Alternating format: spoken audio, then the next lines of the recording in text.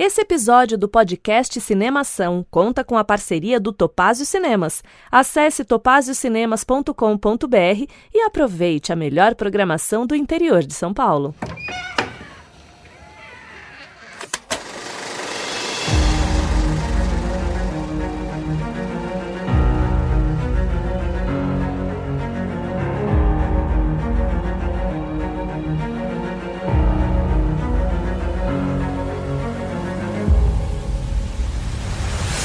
Seja bem-vindo ao podcast Cinemação 522, eu sou Rafael Arinelli e hoje temos aqui comigo ela que é filósofa, dançarina do ventre, produtora, podcaster lá no Perdidos na Paralaxe, desenvolve pesquisa acerca de temáticas de filosofia contemporânea, ética, política, estética, feminismo, corpo, subjetividade, educação, história da filosofia, cultura e ainda tem tempo de cozinhar e fazer sapateado e muito mais coisas, não é mesmo? Raquel Rocha. É isso aí, gente, tudo bem? Faço todas essas coisas, provavelmente todas de forma meia boca, mas gosto de estar por dentro de tudo. Caraca, mas você é uma estudiosa mesmo, hein? Não, mas é gostoso e assim, os temas vão se intercalando e aí é sempre muito prazeroso, inclusive coisas sobre cultura pop e artes em geral é muito bom. Que demais, Raquel, que demais. Seja bem-vinda ao Cinemação aqui, sua estreia aqui com a gente. Muito obrigado por estar aqui com a gente hoje. Eu que agradeço, fiquei super animada com o convite. Que bom, que legal. Temos aqui também ele que cursou filosofia, é publicitário, também é podcaster lá no Perdidos na Paralaxe, atua como diretor de arte e também é ilustrador em diversos projetos, incluindo capas de livros e arte e finalização de quadrinhos no Brasil e nos Estados Unidos. Vou pronunciar o sobrenome dele provavelmente errado, mas é o Reinaldo Foihuba. Oi, Rafael, tudo bem com você? Obrigado pelo convite. Você pronunciou quase certo, eu nem vou ficar nessas tecnicidades. Tá certo.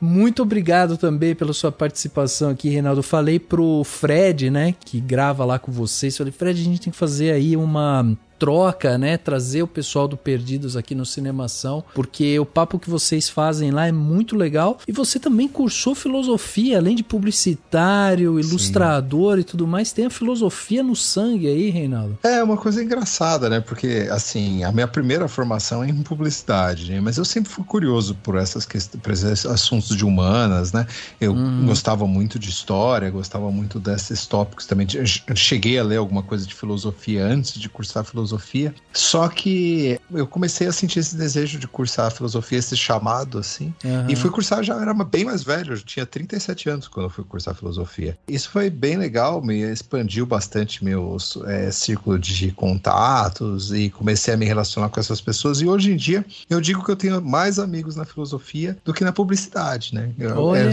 É um pessoal legal de andar junto, eu recomendo. Ou seja, foi cursar filosofia de forma consciente, né? Porque eu fui sem ter a mínima noção do que era. Tá vendo só? É isso mesmo. Por isso, Rafael, que a gente foi se perder na Paralaxe, porque é isso, é um caldeirão de coisas e todo mundo vai buscando os sentidos e os olhares para sair alguma coisa aí de reflexão. Caraca, que demais. E eu precisava fazer esse papo aqui com vocês, trazendo aqui para fechar essa mesa, né, o criador lá do site do canal Artecines, podcaster lá no Plano Sequência, já foi colunista aqui no Cinemação, o meu amigo grande Fernando Machado. É o que sobrou, né? Os caras com currículo enorme. E o Fernando, é isso. E o Rafael, Fernando, é isso. A gente só vai sugar desses dois hoje aqui, Fernando. Não, hoje eu quero queimar neurônios. Não é? Mas a gente também vai aprender bastante. É um processo. Na filosofia a gente não fala que a gente vem pra estar dizendo que a gente sabe, a gente vem pra investigar, né, as coisas. É verdade. O Tarkovsky falava muito isso, falava que o que move ele é melhorar o que ele já fez, né? É aprender cada vez mais. É isso mesmo. E quase sempre a gente fala as coisas com muita certeza, mas sem ter certeza nenhuma no fundo. Sim. Essa é a técnica da nossa vida, né? Se você não sabe, pelo menos fale com convicção. Fala com convicção que os outros acreditam, exatamente. É isso mesmo. Bom, meus amigos, olha só. A gente tá passando agora por um período, né, onde o público em geral tem questionado muito os filmes de heróis, ou seja, aqueles filmes da DC, Marvel e também aquelas adaptações de HQs e outras histórias, né, já conhecidas aí. Mas o questionamento ele varia, né, desde o cansaço geral da forma como os filmes têm feito, que conta ali com histórias muito similares, até a própria essência da função dos filmes dos heróis. Será que a gente ainda precisa desses filmes? Será que eles estão saturados e tal? E pensando nisso, né, a gente lembrou aí que essas histórias de heróis estão no cinema desde que ele foi criado, e para além disso, né, se a gente for pensar em teatro, livro e até pinturas rupestres, já indicavam ali a figura do herói, algo muito importante assim para nossa história. E hoje aqui a gente vai debater um pouco isso, a gente vai discutir de uma forma filosófica a criação, desenvolvimento e saturação ou não dos heróis. Então vamos bater esse papo aqui sobre filmes de heróis ou heróis de filmes no segundo ato desse podcast. Vamos lá. It's so much bigger than you realize. Avengers! I love rollerblades. Where are we going? Barbieland. Elle inspire profondément, et la vie lui paraît alors si simple et si limpide qu'un élan d'amour, comme un désir d'aider l'humanité entière, la submerge tout à coup.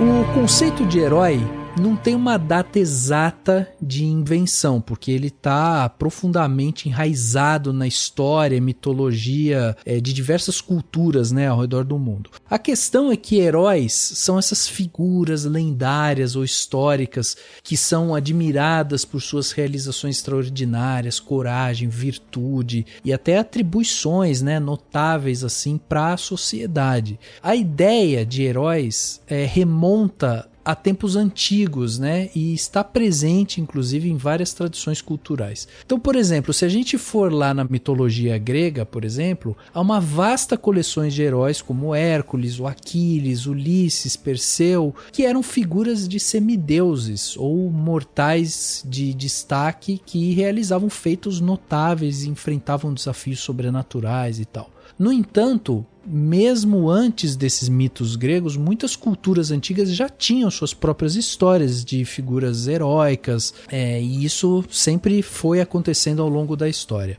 Mas enfim, a figura do herói, ela parece ser quase que um acordo entre crença, valores e necessidades, assim, é uma junção dessas coisas, né? Eu queria começar perguntando para vocês como é que vocês enxergam o conceito de herói e se vocês mesmo cultuam, né, algum tipo de herói, assim, de vocês. Vocês falam, pô, eu tenho herói.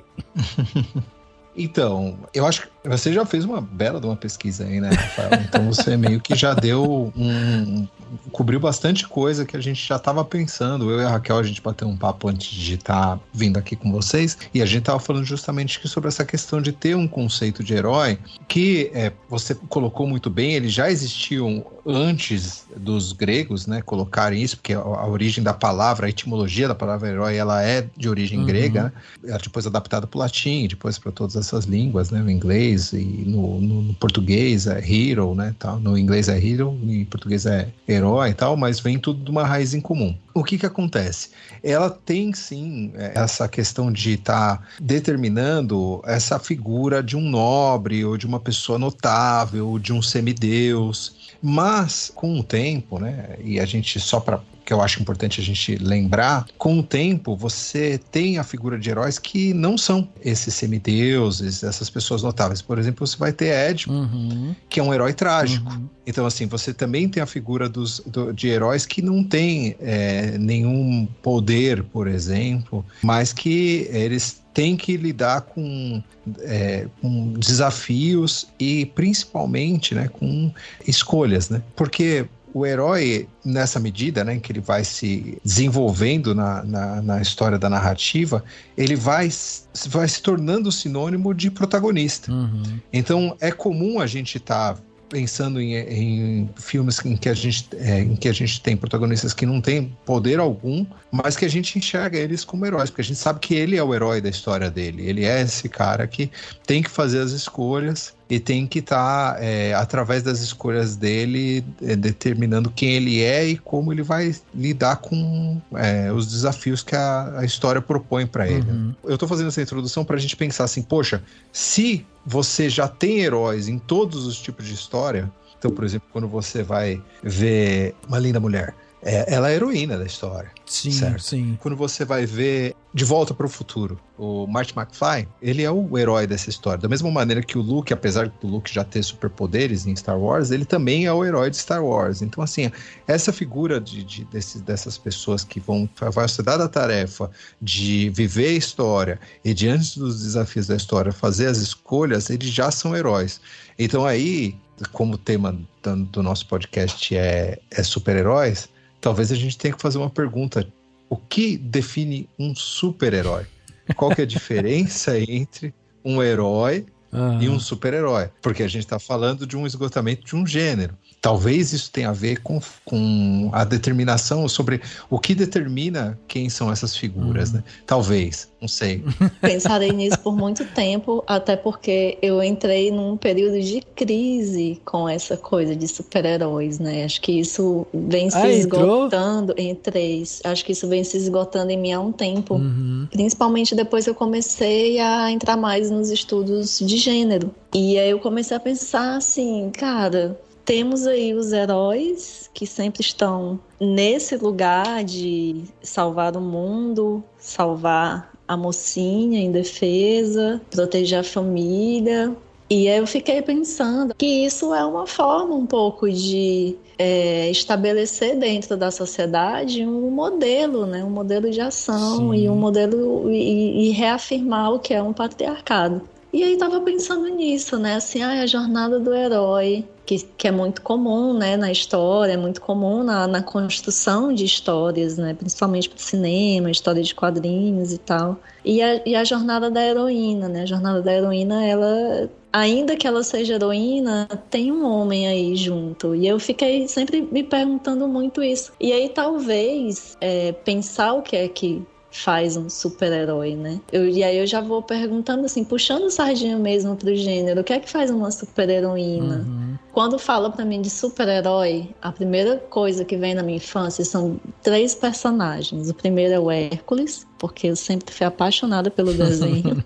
E aí depois tinha aquela série, né, o Hércules, aí tinha a Xena, que eu adorava, eu achava o máximo, e tinha o Homem-Aranha. Nunca foi assim, Superman. Não, assim, Homem-Aranha sempre foi pra mim o super-herói da cultura pop mais legal, acho que porque ele é um adolescente meio perdido e tem várias questões aí, né? Pobre, trabalha, se esconde e é cheio de questões de adolescentes mesmo. E tinha a Carmen Sandiego, que pra mim hoje, se a gente pensar, né, o que é um herói, o que é uma heroína, a Carmen Sandiego seria uma boa heroína pra mim, né? Assim, tentando responder o que o Reinaldo fala, né, o que é que faz um super-herói, se a gente pegar aí a filosofia da antiguidade, se a gente pegar os gregos, né, já que a gente começou a falar aí a partir desses heróis gregos, da tragédia grega, talvez sejam os valores, né, as virtudes, os valores morais que constroem essa base do que faz a gente entender o que é um herói, um super-herói e o que é o vilão. Porque a gente só tem herói e o super-herói porque a gente tem um vilão. Sim. A gente tem aí um antagonista, né? Que às vezes é tão protagonista quanto, se a gente pensar aí no filme no Wakanda. O antagonista é tão protagonista quanto. Mas os vilões, eles não têm essa régua da virtude, da moralidade, que aí a gente já entra nesse lance filosófico lá do Aristóteles, da ética, né? A pessoa que tem um senso de justiça, de equilíbrio, de ponderação, a coragem como virtude e tudo mais. Mas sim, acho que super-herói é por aí. Porém, sigo nessa crise de pensar o gênero super-herói enquanto esse reforço para a construção de um modus operandi de uma sociedade patriarcal. Sim. Até porque, assim, a gente chega na tragédia grega com os heróis, né, com Jasão, Hércules, Teseu, Perseu e sei lá mais quem. E quem são os antagonistas geralmente são as bruxas, são as deusas que estão ressentidas, são as mulheres que são largadas. A gente chega nas grandes histórias da Idade Média, né? Tristão e Isolda. A gente tem também aí as bruxas no rolê como as vilãs, né? Como as pessoas ruins que os heróis vão ter que lutar contra, né? E isso vai colocando a gente, né? Assim, eu como mulher, por exemplo, quando o Reinaldo fala, se a gente pega uma linda mulher e a heroína é a Julia Roberts, eu fico super feliz, porque pra mim ela sempre foi minha heroína. Sim. Tipo, não é o cara lá de meia idade com problema de segurança que não consegue se comprometer com ninguém, que é o herói. Sim. Ele é só assim, né? Ela escolhe ele, não é ele que escolhe ela. Mas é difícil a gente ter essa visão quando a gente cresce esperando o Superman fazer o mundo voltar pra poder salvar a Lois Lane. Eu acho que a gente se acostumou muito a ter essa coisa do herói, essa busca de algo que a gente não tem, né? A gente pegar as histórias, a gente falou muito das histórias desses deuses gregos, até mesmo a gente pegar, até mais antigo disso, a gente pegar os primeiros livros escritos, né, as primeiras narrativas literárias, a gente pegar, por exemplo,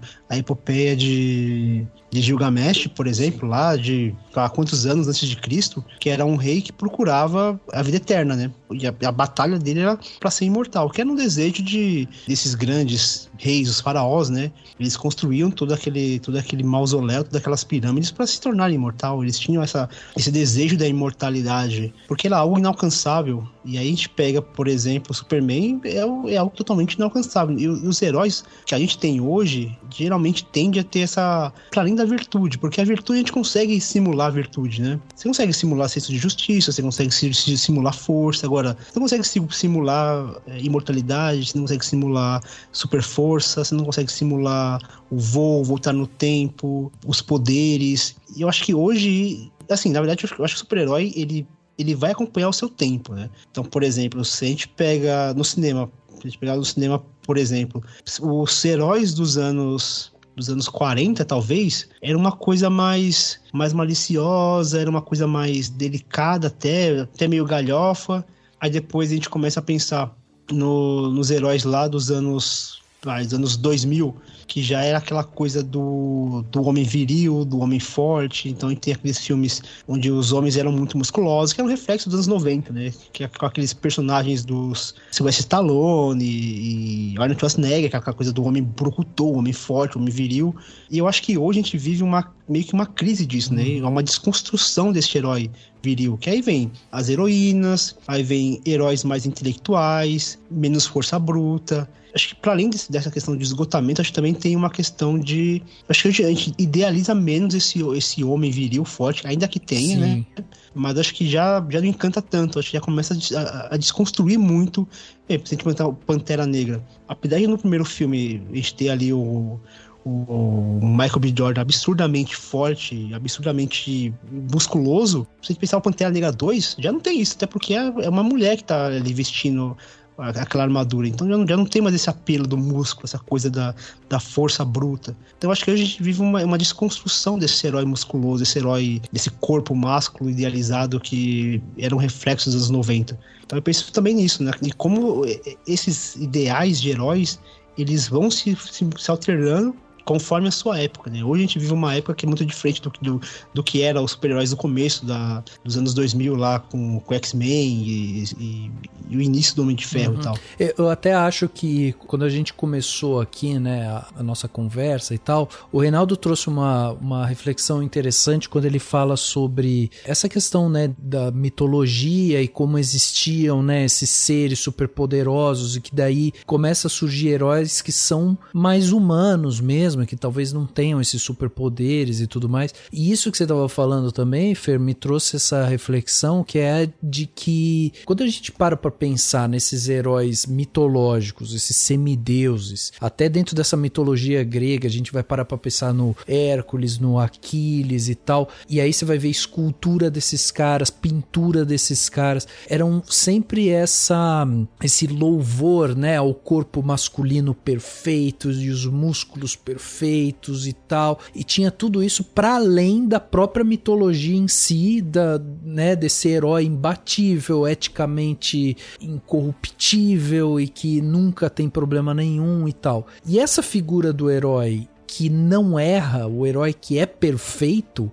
ele traz também pro espectador uma certa exigência, um certo peso, né, pra gente, porque, assim, coloca uma barra de herói lá em cima e é isso, assim, meio que é um troço meio intangível. Então, quando você começa a mostrar heróis falhos ou vilões que têm um lado humano, assim, que de alguma maneira justifique, né, esse lado humano dele, até como vocês bem trouxeram, Pantera Negra com Killmonger. Você pode não concordar com os métodos dele e tal, mas quando você vai ver o discurso dele, você entende pelo menos da onde que veio aquela raiva, da onde que veio. Entender não significa concordar, né? Mas você entende as motivações dele. Então, quando você começa a fazer esse tipo de coisa, você traz esse herói desse patamar quase irreal e baixa ele para próximo do espectador, da pessoa que tá indo pro teatro, que tá lendo o livro e tal,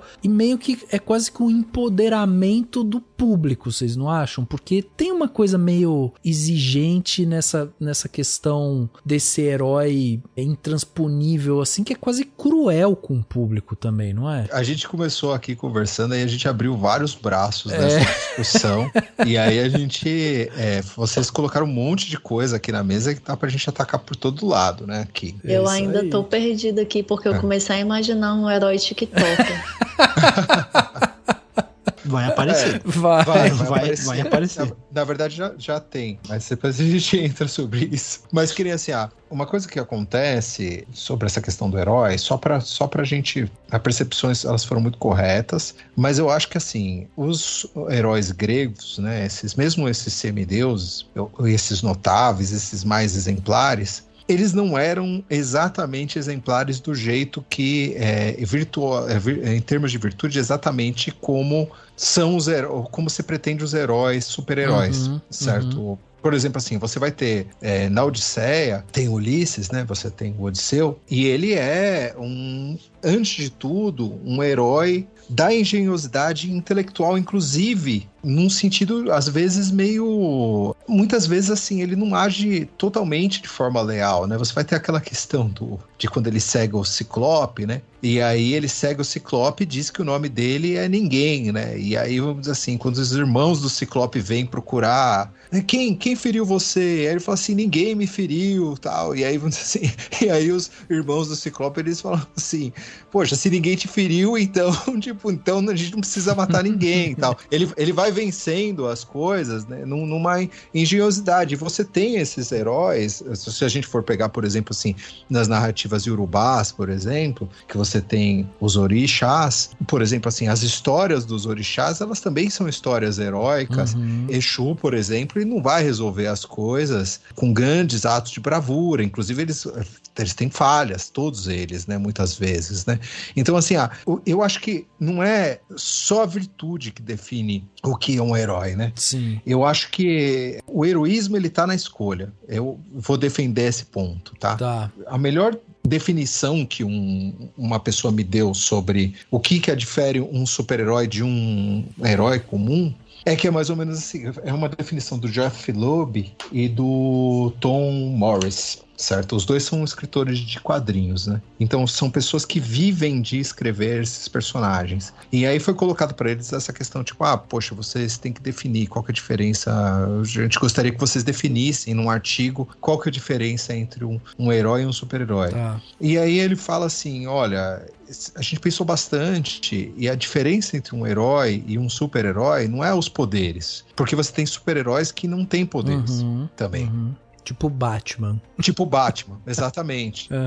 A diferença entre um herói e um super-herói é que, diante de uma escolha impossível, por exemplo, assim, entre salvar uma pessoa e salvar um monte de pessoas, o herói, ele toma aquela escolha ou aquela que é mais autêntica ao coração dele, por exemplo, salva a amada e deixa os outros morrerem, ou ele salva os outros e deixa a pessoa amada morrer, e aí ele é um herói trágico, Mas o super-herói, ele muitas vezes ele consegue fazer as duas coisas. Tipo assim, ele dá um jeito e, por exemplo, o Superman é um caso clássico. O final do filme do Superman da década de 70 é isso. Assim, é colocada a escolha para ele entre ele salvar a mulher amada e salvar o mundo. E aí ele consegue voltar no tempo, fazer a Terra girar ao contrário, volta no tempo e consegue salvar os dois. Salva o mundo e a mulher amada.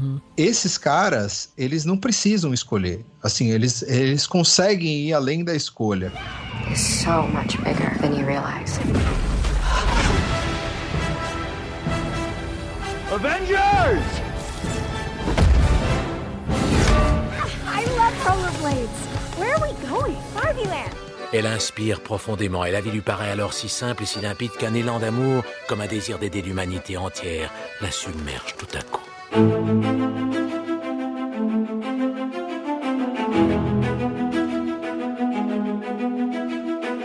E aí, uma coisa que a Raquel falou, que eu acho bem legal, é justamente que ela citou o Homem-Aranha, né? E o papo todo que vocês trouxeram, dessa questão de heróis mais humanos, tal, que eu acho que vai para além dessa questão da estética, da figura e da força, dos corpos mesmo, né? Porque, assim, o Homem-Aranha, ele é talvez o primeiro herói na história que, diante de uma escolha, nos quadrinhos, né? Quando é colocado para ele entre salvar a todos e salvar a Gwen Stacy, ele tenta fazer os dois, mas ele falha. E a Gwen Stacy morre. Não só a Gwen Stacy morre, mas também tem um episódio com o Capitão, que é o pai da Gwen Stacy também, que morre também. E aí, vamos dizer assim, inclusive, vamos dizer assim, eu acho que talvez essa foi a coisa mais bem sacada do melhor filme de herói desse ano, que é o Homem-Aranha através do Aranhaverso, né, que é essa animação maravilhosa. Sim. Ela ressalta muito sobre essa questão da escolha, tipo, por que o super-herói ele vai ter que escolher apenas uma coisa, que é a grande discussão. Inclusive eu tô curioso para ver como eles vão resolver isso na segunda parte, né? Porque assim, eles estão justamente falando assim, não, pro Homem-Aranha não é possível escolher as duas coisas, essa é a tragédia do Homem-Aranha. O Homem-Aranha, talvez ele é desses super-heróis, na verdade assim, não só o Homem-Aranha, né, o Hulk também, tal, isso é meio notável na Marvel. Na Marvel ela consegue fazer isso aí. Ela traz heróis trágicos, né? E até o filme do Pantera Negra, né? Que vocês citaram, né? Olha que tragédia, né? Assim, que é o primeiro Pantera Negra. Porque, assim, T'Challa, ele tem que combater o Killmonger, mas ainda assim ele sente que ele tá ligado a ele, seja pelo sangue, seja por essa questão. Pela revolta. E assim, ele não gostaria de ter que matar ele, por exemplo, de ver ele morrer. E você sente isso no final, né? E aí a gente começa a ter uma pista, né? Porque assim, a gente tem um probleminha nessas histórias de super-herói, porque elas se tornaram grandes franquias, elas se tornaram essas máquinas de ganhar dinheiro, e que os donos dessas propriedades intelectuais, eles não querem mexer, não querem trazer consequências reais para esses personagens, para as escolhas deles. E aí o público começa a sentir isso, né? Que assim, que não há consequência real para nada. E isso começa a diminuir as apostas, né? Isso seria talvez um dos meus primeiros palpites sobre essa questão, né? Da crise do gênero. Outra coisa também que eu queria só falar, antes de passar a palavra, é que a Raquel ela falou muito dessa questão das bruxas, tal, e dos vilões, né? Do papel dos vilões, né? Nesse antagonismo ao herói, né? E aí uma coisa que eu gosto de lembrar é que aí eu preciso checar. Eu nunca fui checar se o Campbell ele tá certo, mas nas Máscaras de Deus, né? Ele vai fazer uma citação sobre essa questão da etimologia da palavra vilão, que muita gente a gente não para pensar, né? Da onde que ela vem, né? E aí sugere-se que essa palavra vilão, ela vem justamente das pessoas que viviam em vilas. Nossa! Porque assim, quem mora em vila antes era vilão, certo? Porque você tinha essa questão de pessoas que viviam longe da tradição das cidades, né? E que viviam sobre regras mais regionais, tal. E que as pessoas das cidades, elas temiam, né, essas pessoas, porque não sabia exatamente como elas se comportavam. Ficava aquela coisa, exatamente, vai até ter um pouco daquela questão dos bárbaros, né, também dos gregos também, que os bárbaros também são essas pessoas que balbuciam, que não falam grego, que não vivem na cidade, não vivem na polis, tal. Então, assim, você tem essa figura do antagonista, ele é essa figura que não se conforma ao status quo, à vivência dita normal, né? Então, assim, o vilão, ele e deveria ser, e talvez por causa disso o Killmonger é um grande vilão mesmo, ele deveria ser esse que desafia a ordem estabelecida das coisas, né? E é isso que torna ele interessante, ele coloca a história em movimento por causa disso, né? E aí a gente tem muitos vilões hoje em dia que muitas vezes eles não fazem isso, né? E aí eles não são vilões. As bruxas, elas eram lidas como vilões porque elas eram essas mulheres que viviam isoladas dessa ordem normativa, né? Naquela época ditada pela igreja, e que elas distribuíam outros saberes e outras percepções de mundo, tal, e por causa disso elas eram ameaça, né? E também porque a Igreja Católica adorava ficar com as propriedades das mulheres, também também queimar a mulher e ficar com a propriedade delas, né? Também tem esse aí, a gente não pode esquecer, né? Muito, muito louco saber esse lance da etimologia da palavra vilão, que começa quase como uma luta de classe mesmo, sabe? Tem um preconceito de classe ali, né? Porque as pessoas que eram de vila, e aí você começa ao longo do tempo descrever essas pessoas que eram de baixa classe social, frequentemente relacionada a atividades da vila, agrícola e tal, e isso vai tendo um certo preconceito mal intencionado, assim, impressionante. De certa forma, a mesma coisa que acontece hoje com o pessoal que vive em comunidade, esse tipo de coisa, né? Então, a Silvia Federici, ela fala isso nos livros dela, né? Que as mulheres consideradas bruxas eram não só as mulheres que tinham conhecimento da medicina, né, das ervas e tudo mais, como as mulheres que lutavam pelo direito à terra.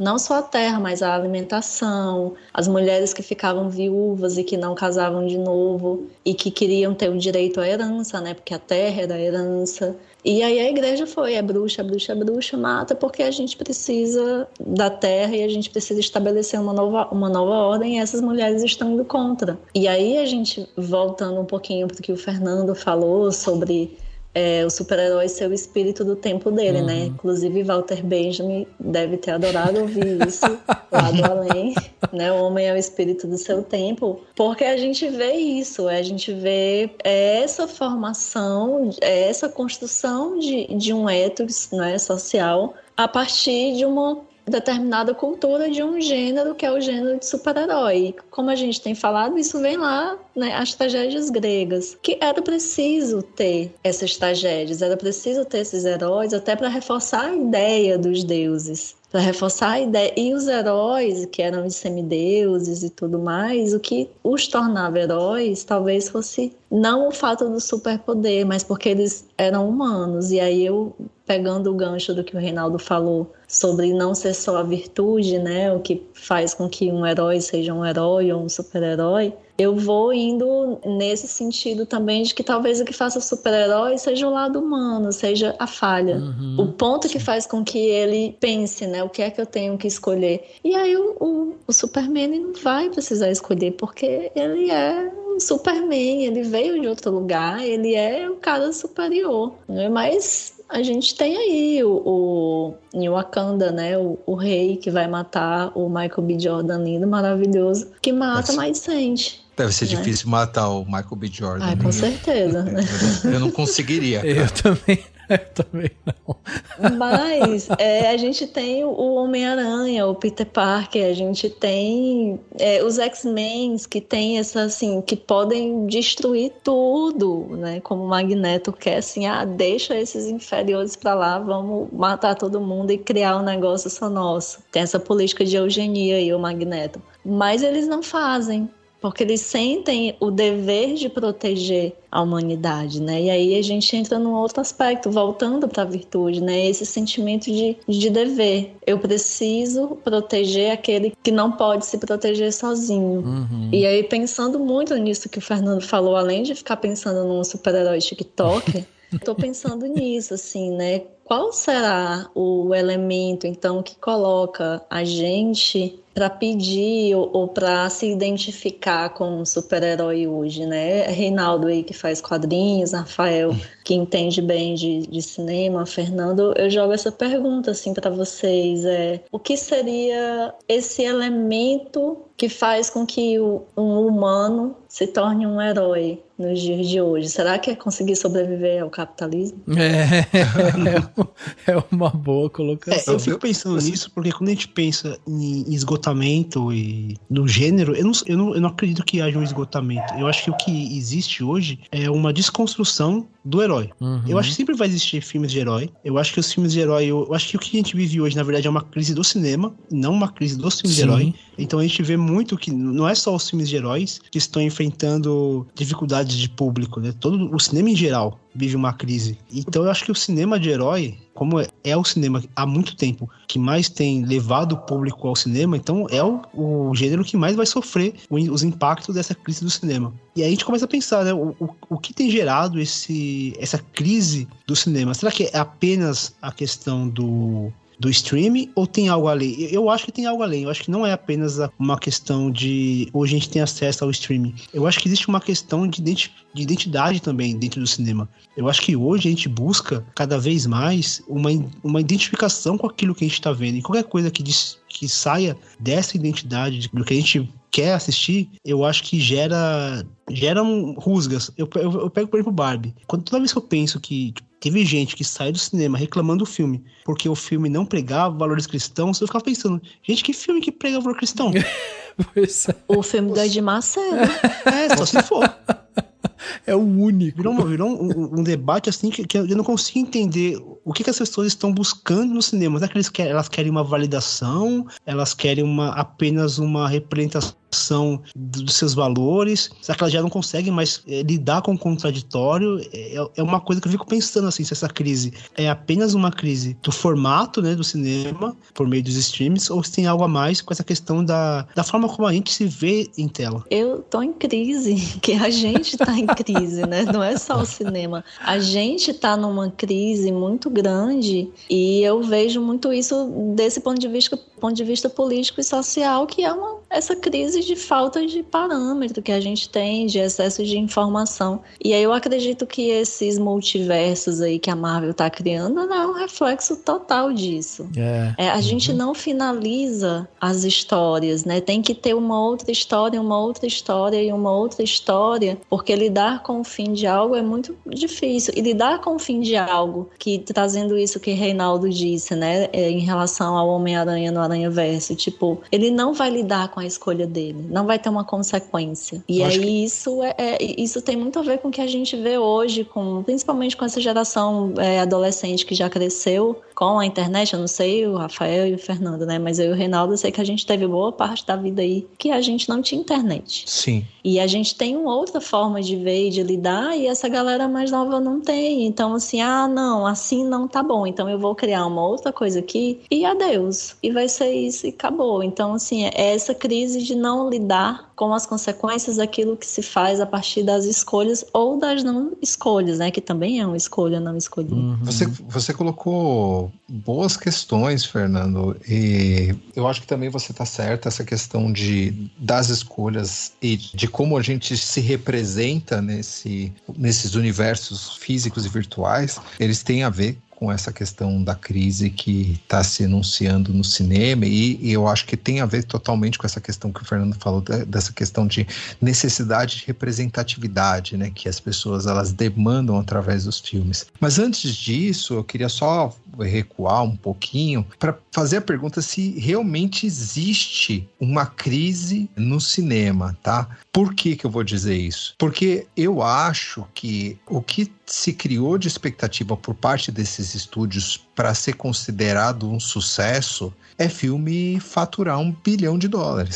E aí, assim, isso aí é uma coisa, gente, que é completamente insustentável e irreal. Isso é um momento que a gente viveu, um ápice dessa produção de Hollywood, que foi durante a primeira década da Marvel, né, que foi chegar ao ápice com o Ultimato, né, que foi um momento totalmente atípico. Em nenhum momento da história do cinema, o cinema fez tanto dinheiro com tantos filmes ao mesmo tempo no cinema. Assim, é notável, e parabéns enquanto produto, né, que a Marvel conseguiu colocar essa sequência enorme de histórias de forma a criar essa expectativa expectativa para o público deles e gerar essa montanha de dinheiro que só beneficia a Disney, mas eu acho injusto a gente esperar que os outros filmes eles vão ter esse tipo de desempenho, mesmo os filmes de heróis. Sim. Eu acho que chegou o momento da gente botar o pé no chão e falar assim, olha, dá para você fazer filme com menos dinheiro e dá para você levar um tanto a quantidade de pessoas que devem ir ver esse filme, que se interessem para ver esse filme, e ao longo dos anos as pessoas vão continuar acessando eles no streaming ou no home video, ou da forma que for surgindo. Um exemplo claro é filmes com o Tudo em Todo Lugar ao mesmo tempo. Sim. Certo? O filme ele foi feito com um orçamento modesto, ele tem muito da estética de filme de super-herói nele também, e eu acho que a gente já tem nele a super-herói TikToker que ela estava falando. Sim, porque o filme ele tem muito a ver tanto com a estética do TikTok, quanto também com as demandas desse público que vive em frações de segundos nesses microvídeos e tal, porque eu acho que muitas das inquietações que esse público tem estão naquele filme, e é por isso que ele se conectou com tanta gente, muita gente achou ele tão genial, e ele foi muito bem, obrigado, certo? Ele conseguiu se pagar, ele conseguiu dar lucro, e tem outros filmes também que a gente vê acontecendo isso. Agora, o que os estúdios querem é gastar 200 milhões de dólares, 300 milhões de dólares na produção do filme, gastar mais outros 200 ou 300 no marketing e faturar $1 bilhão. Então, a gente tem que perguntar, falar assim, poxa, a quem isso serve, né? Em termos de produção cultural, porque eu não acho que o gênero realmente esgotou, porque eu acho que tem histórias que dão pra... Eu cresci lendo HQ de super-herói, né? E, poxa, tem tantas histórias despretensiosas que eu li de vários personagens e que, no entanto, elas ficaram no meu coração, porque elas foram muito bem escritas, elas foram muito bem executadas pela equipe, aquela equipe clássica, né, de roteirista, desenhista, arte finalista, colorista e tal, todo mundo se engajando lá, e conseguiram trazer histórias maravilhosas, que inclusive esse é um outro ponto também que surgiu no nosso papo. Tem muitas histórias que a gente está vendo por aí que elas são adaptações de quadrinhos, mas elas não se dizem adaptação de quadrinhos. Então os quadrinhos, eles são esse terreno fecundo para estar criando as histórias originais, e porque o cinema e os grandes estúdios estão se apropriando. Eu estava vendo, por exemplo, no Apple TV, uma série chamada Drops of God, que são as Gotas de Deus, que é sobre vinho, e ela é uma adaptação de um mangá que fala de vinho, olha só. E tem vários outros produtos que a gente muitas vezes não sabe que é adaptação de quadrinhos e que está aí colocado no streaming ou no cinema, essas coisas. It's so much bigger than you realize. Avengers! I love rollerblades. Where are we going? Barbie-land. Elle inspire profondément, et la vie lui paraît alors si simple et si limpide qu'un élan d'amour, comme un désir d'aider l'humanité entière, la submerge tout à coup.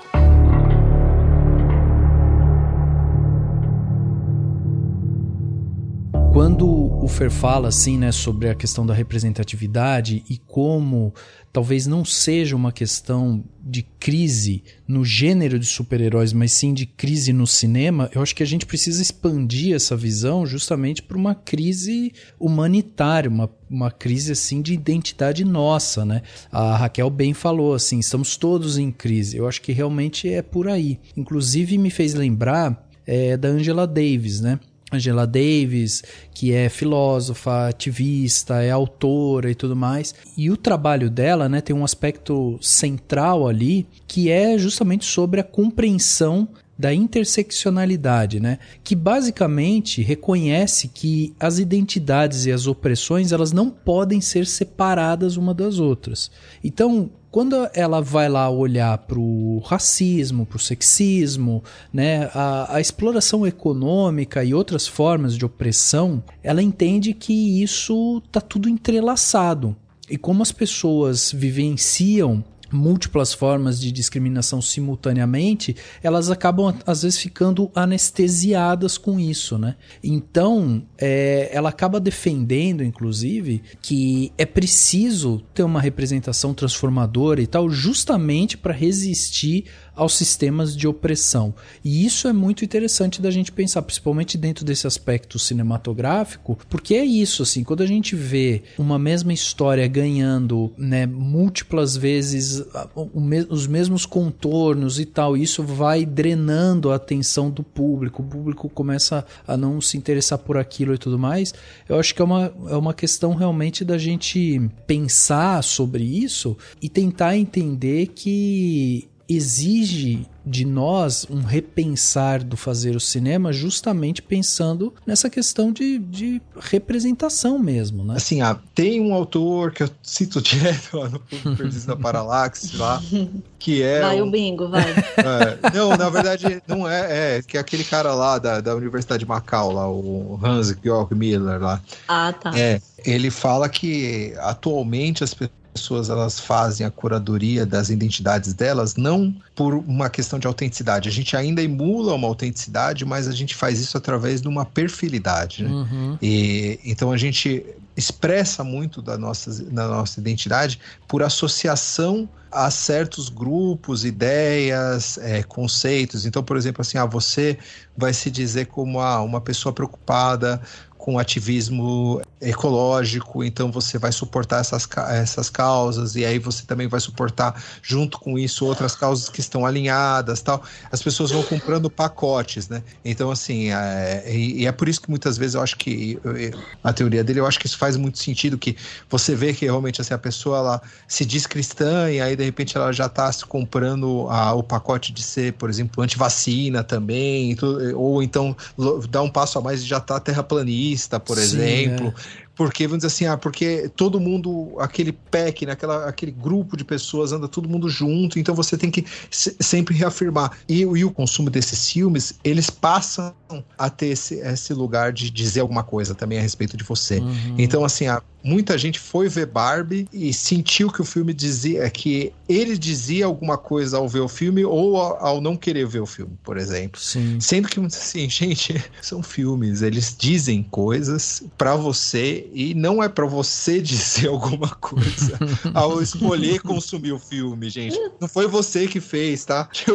Foi outra pessoa. Pode dizer algo pra você, mas você não diz nada pros outros ao ver ou não ver um filme, tá? Tipo... Só para pegar isso que você está falando, desse filósofo de Macau, né, Reinaldo? Sim. O Bruno Latour fala um pouco disso quando ele vai falar das tribos. E antes dele, até o Michel Maffezoli, ele tem um livro, se eu não me engano o nome é O Tempo de Todas as Tribos, que ele vai falando dessa necessidade que a gente tem de se encaixar nas tribos e de perfilar. Sim. Né, e de ter esse comportamento, que é um pouco um comportamento de manada, né? Eu vou falar uma coisa que provavelmente eu vou ser cancelada, mas como a Marvel não me paga nada, eu vou falar. Eu sou muito fãzinha da Marvel, eu gosto muito de filme de super-herói. Desde pequena, sempre gostei de desenho, filme de super-herói e tudo. Mas eu me incomodo com esse lance do metaverso, porque pra mim é coisa de fanfiqueiro. Sim, total. Sabe? É total coisa de fanfiqueiro. E aí me incomoda, porque, cara, não, eu não quero ter opções. Tipo, é igual aquele filme O Efeito Borboleta, que tinha 3 opções de final. Sim. Eu odiei aquilo. Não, eu não quero as opções de final. Eu sou uma pessoa meio trágica, eu gosto de tragédia grega.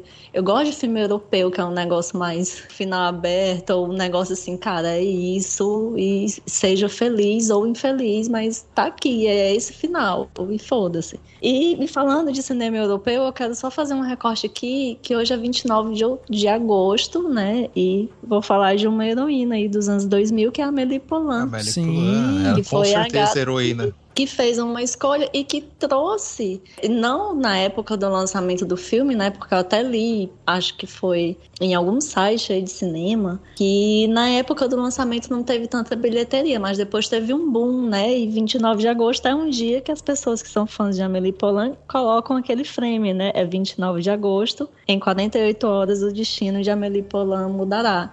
E a Amélie, ela é uma heroína porque ela fez uma escolha, né? Exato. Demorou, Sim, mas exato. Ela escolheu ir para o mundo, né? E eu acho que isso quem ficou, né, fã do filme da Amélie, quem curtiu muito o filme, entende o que é ali nos anos 2000, você sair da sua bolha, né, você encarar o mundo, e aí era encarar esse mundo que estava, né, nesse início do grande boom da internet, de várias coisas acontecendo, e graças a essas várias coisas e a pirataria na internet, que eu assisti a Amélie Poulain como desculpa de clube de cinema na faculdade de filosofia. A gente ia assistir filme para dizer que ia debater cinema, mas não era. A gente assistia filme e dormia na sala de vídeo. E era maravilhoso. Uhum. E isso, né, pensando na Amélie Poulain e nesses filmes mais anos 2000, que fogem um pouco dessa estética até da Marvel, de Hollywood dos super-heróis. Cara, eu vejo muita gente até hoje usando camisa da Amélie Poulain, usando roupa, fazendo posts, e isso também quer dizer alguma coisa, né, para esse mundo de sonhadores. Sim. Também quer dizer que existe um outro tipo de, digamos assim, de indústria de cinema de super-heróis ou de super-heroínas, que é um pouco mais humano, assim, que toca em algumas questões que são bem mais profundas que os filmes de super-heróis, digamos assim, tradicionais, clássicos e hollywoodianos trazem, mas que é tanto estímulo e é tão rápido que a gente não tem tempo. Sim. A gente não tem tempo de assistindo Superman, a gente não tem tempo de entender o dilema dele também, quando ele tá lá apaixonado pela Lois Lane. O Peter Parker, a gente assiste e acha super legal, eu acho super legal o lance do Homem-Aranha, assim, né? E a gente às vezes pula o lance de que ele vende a própria imagem dele para conseguir sobreviver, porque ele é pobre. E ele tem várias questões de autoestima, ele tem várias questões de insegurança em relação ao amigo dele, que eu esqueci lá, o filho do Duende Verde, em relação a Mary Jane, e são coisas que são muito nossas também, né? Sim. Quem aí foi um adolescente que tinha segurança com a própria imagem? Você sabe, Raquel, que quando você levantou esse questionamento sobre como conectar, né, esses heróis com o público e tal, eu quis fazer até essa brincadeira com o título desse podcast, que era assim, filmes de heróis ou heróis de filmes. E eu acho que a brincadeira, ela tá um pouco aí, sabe? Quando a gente fala sobre conexão e tal. Porque até, assim, com tudo isso que a gente tá falando sobre todos esses aspectos, né, da imagem do herói, como ele se constrói e tudo mais, tem uma questão que, linguística mesmo, né, que quando você começa a olhar, e a gente mencionou e falou muito sobre os filmes de heróis mesmo, a gente começa a perceber que a obra, ela é centrada nesse herói, e que essa imagem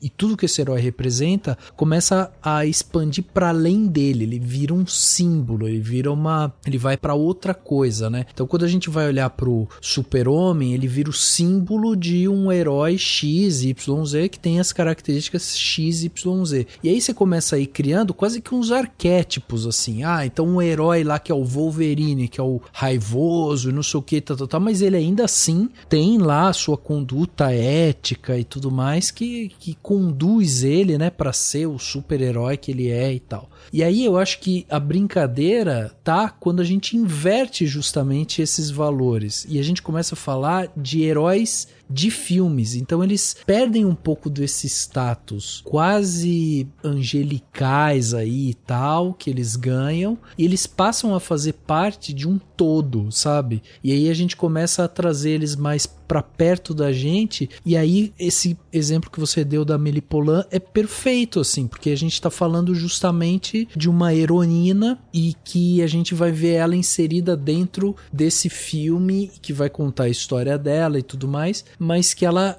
acaba mostrando pra gente que ela tá muito mais próxima, né? Então, assim, quando eu vejo um filme da Amélie Poulain e eu entendo que ela é uma heroína, ou mesmo recentemente a gente gravou aqui sobre a viagem de Chihiro, então a gente vai ver a Chihiro, né? Que é uma menina também. Maravilhoso. Ai, nossa, Nossa, muito lindo. Que tá passando por essa fase de amadurecimento também, é uma jornada muito parecida, né, assim, com a da Amélie, mas esse tipo de heroínas que a gente tá vendo, a gente começa a olhar pra elas e falar assim, pô, eu poderia estar nesse lugar, eu consigo me colocar nesse lugar. E aí mora uma outra coisa, que era um outro questionamento que eu ia levantar pra vocês, que é justamente essa junção dessas coisas, porque o herói, ele acaba virando um símbolo para que as pessoas olhem para ele e quase que sigam aquilo que ele traz como doutrina. A gente tem recentemente na história do país, né, a gente tem vários símbolos de heróis,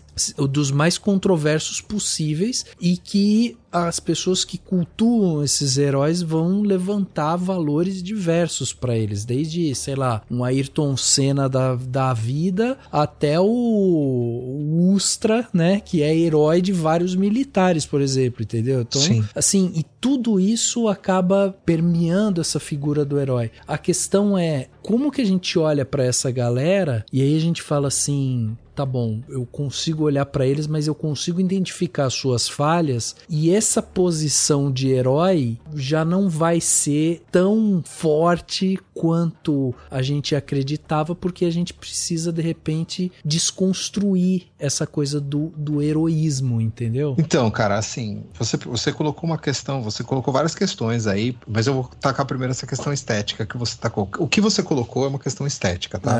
Na minha opinião. E aí a gente tem um probleminha aqui acontecendo, tá? Por quê? O que acontece? Tanto na figura, você citou, por exemplo, achei bem legal que você citou, no final da sua fala, você citou uma figura esportiva, que é o Ayrton Senna, e o Ustra, que é um torturador militar, certo? Só faltou o Neymar. O Neymar também poderia estar... O Neymar poderia estar colocado nessa questão, tal, que você... Vamos dizer assim, a gente está falando o quê? De exemplos de figuras masculinas, ou militares, ou esportistas, tal. Os heróis, eles, de certa forma, o Fernando também colocou essa questão do corpo atlético também. A gente tem que entender que, por mais que os heróis, eles possam ter, os super-heróis, eles possam, e heróis, né? Por exemplo, a gente tem todas aquelas figuras dos brucutus dos anos 90, né? O que acontece, assim, sempre tem essa questão de te falar assim, poxa, essas pessoas, elas não entenderam. E tem um ensaio, foi muito bem feito, melhor que o que eu vou estar colocando aqui agora, porque o Hora Thiago foi mais fundo nisso, né? Que é a questão de que a gente tem toda uma estética nazista que foi construída a partir do trabalho da cineasta Leni Riefenstahl, que ela vai dirigir um documentário sobre as Olimpíadas, que é o Triunfo da Vontade, e outros, que são filmes que enaltecem muito essa questão da figura, do corpo, do atleta e do homem. E vem de uma questão de um resgate de valores greco-romanos, né? Essa leitura desses valores greco-romanos a partir dos nazistas, né?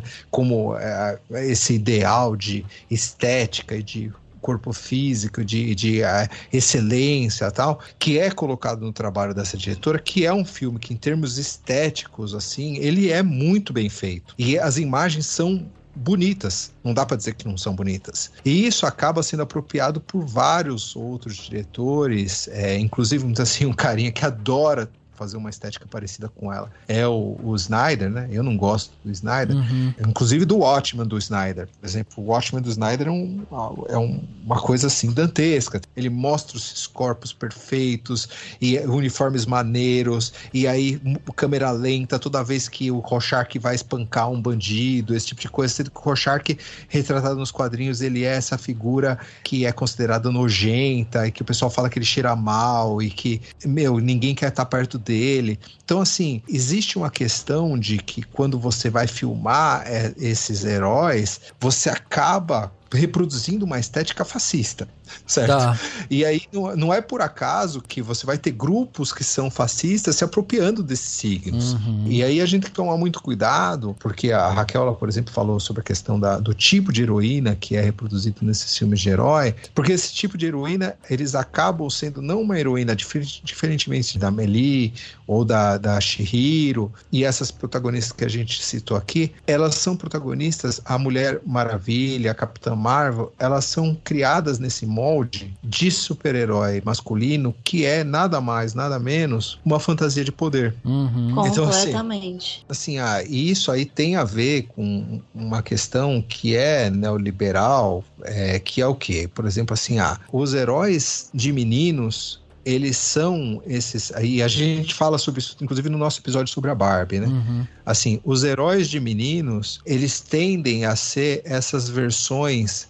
Isso não é uma teoria minha, mas do Gaiman, né? O Neil Gaiman, ele vai colocar isso no A Casa de Bonecas. E eu não sei se ele pegou algum referencial além dessa aí. Mas vamos dizer assim, os heróis de meninos, eles tendem a ser versões potencializadas daquilo que o menino quer ser. Então, assim, ele vai se ver no jogador de futebol, ele vai se ver no piloto de carro, de Fórmula 1, ou então no piloto de jato, ou então no super-herói, que é essa figura que luta, no lutador, por exemplo, tal. E as meninas, elas, antigamente, né, elas eram delegadas a essa questão, assim, de conto de fada, né? Tipo assim, você tem essa questão de, olha, você não tem, essa vida que você tem medíocre aqui, ela não é uma vida de verdade, né? Assim, a vida de verdade vai ser quando o príncipe te achar, e aí esse príncipe vai te levar para algum outro lugar e lá você vai ser a rainha. Tal. Isso aí, o Gaiman coloca isso sobre os contos, né, para meninos e para meninas, a diferença, né, de um para o outro.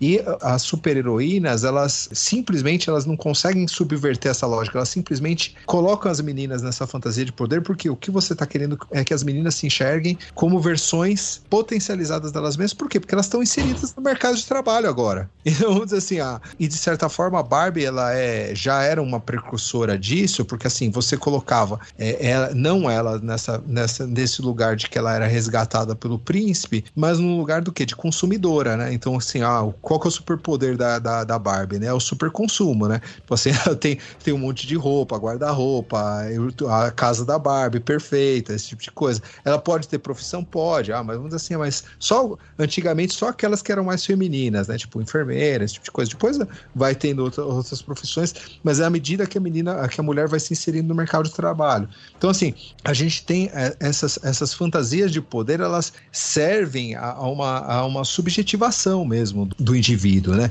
Para ele se sujeitar e se conformar a um determinado papel. E aí eu vou ser novamente elogioso ao tudo em todo lugar ao mesmo tempo, né? Porque para mim, assim, qual que é o grande barato, assim? Não fica claro se quando ela tiver acesso ao bagel, né? Ao Everything Bagel, o que vai acontecer com o mundo? A questão não é essa. A protagonista, ela não quer salvar o mundo. Ela quer salvar a filha dela. Assim, a preocupação dela é o que vai acontecer com a filha dela. Porque, no final das contas, é uma história sobre desespero, angústia existencial, desespero e suicídio. É uma mãe querendo salvar a filha do suicídio. E dentro dessa questão que a Raquel colocou sobre multiversos, é por isso que o multiverso de Tudo em Todo Lugar ao mesmo tempo é mais interessante, porque esse multiverso, ele não é um multiverso real em que em algum lugar qualquer um pode ser, diferente do Homem-Aranha, né? Tipo, qualquer um pode ser Homem-Aranha em algum lugar no universo. Não, na verdade, assim, ele é um universo que representa justamente esse caos em que você tem que ser pessoas diferentes existindo em lugares virtuais diferentes, num LinkedIn, num Instagram, num Facebook, num YouTube. Em todo lugar que você se colocar, você é uma outra persona. Então, assim, o multiverso, ele é uma realidade para esses jovens que cresceram na internet, em que eles precisam estar se colocando o tempo todo de forma distinta para os colegas da escola, para os familiares, que aí quando eles ingressam no mercado de trabalho para os seus empregadores e todo esse tipo de coisa. Ele é a angústia de quem tem que lidar com essa contrariedade de ser múltiplo num mundo que demanda cada vez mais você de ser mais.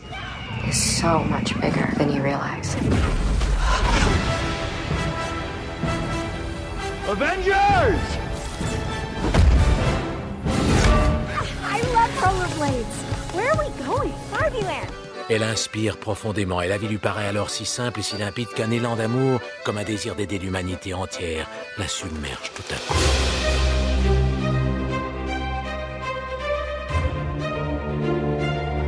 Por que os filmes da Marvel, eles ficaram tão insípidos? Tão, assim, parece que você não sente mais nada. Eu acho que é justamente por causa dessa aposta de o universo está em risco. O mundo está em risco. E eu acho que uma coisa curiosa que acabou acontecendo, talvez por uma questão de espírito do tempo ou alinhamento cósmico, eu não sei.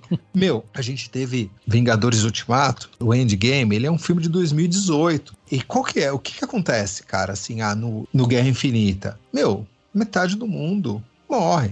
Assim, o vilão vence. E aí os heróis, eles revertem isso em 2018. E o que acontece em 2019? Pois é. Em 2019 o mundo acaba. Assim, eu gosto muito de uma charge da Laerte, que começa com um quadro negro, e aí no segundo quadro é uma mulher tirando as mãos da cabeça, e ela fala assim, o mundo não ia acabar? E aí um cara passa por ela e fala assim, e acabou. E ela, mas e? Aí o cara vira pra ela e fala assim, esse já é outro. Então, assim, o mundo, de certa forma, ele acabou aí com a pandemia. E aí, assim, a gente já tá em outro. Esse papo de que o mundo, o universo tá em perigo e tal, já não é mais uma apreensão, isso já é uma realidade, é uma coisa consumada. Então, esses desafios mais íntimos de você querer salvar alguém que você ama, hoje faz muito mais sentido do que você ficar nessa aposta assim, não, o mundo vai acabar, o vilão vai acabar com o mundo. Ô Reinaldo, mas até expandindo isso que você tá falando, tipo, é engraçado porque você para pra pensar que o mundo acabou realmente, e a gente viu as coisas se desfazendo, a gente chegou a ver invasão de animais, né, em cidades e reconstrução de coisas e tal,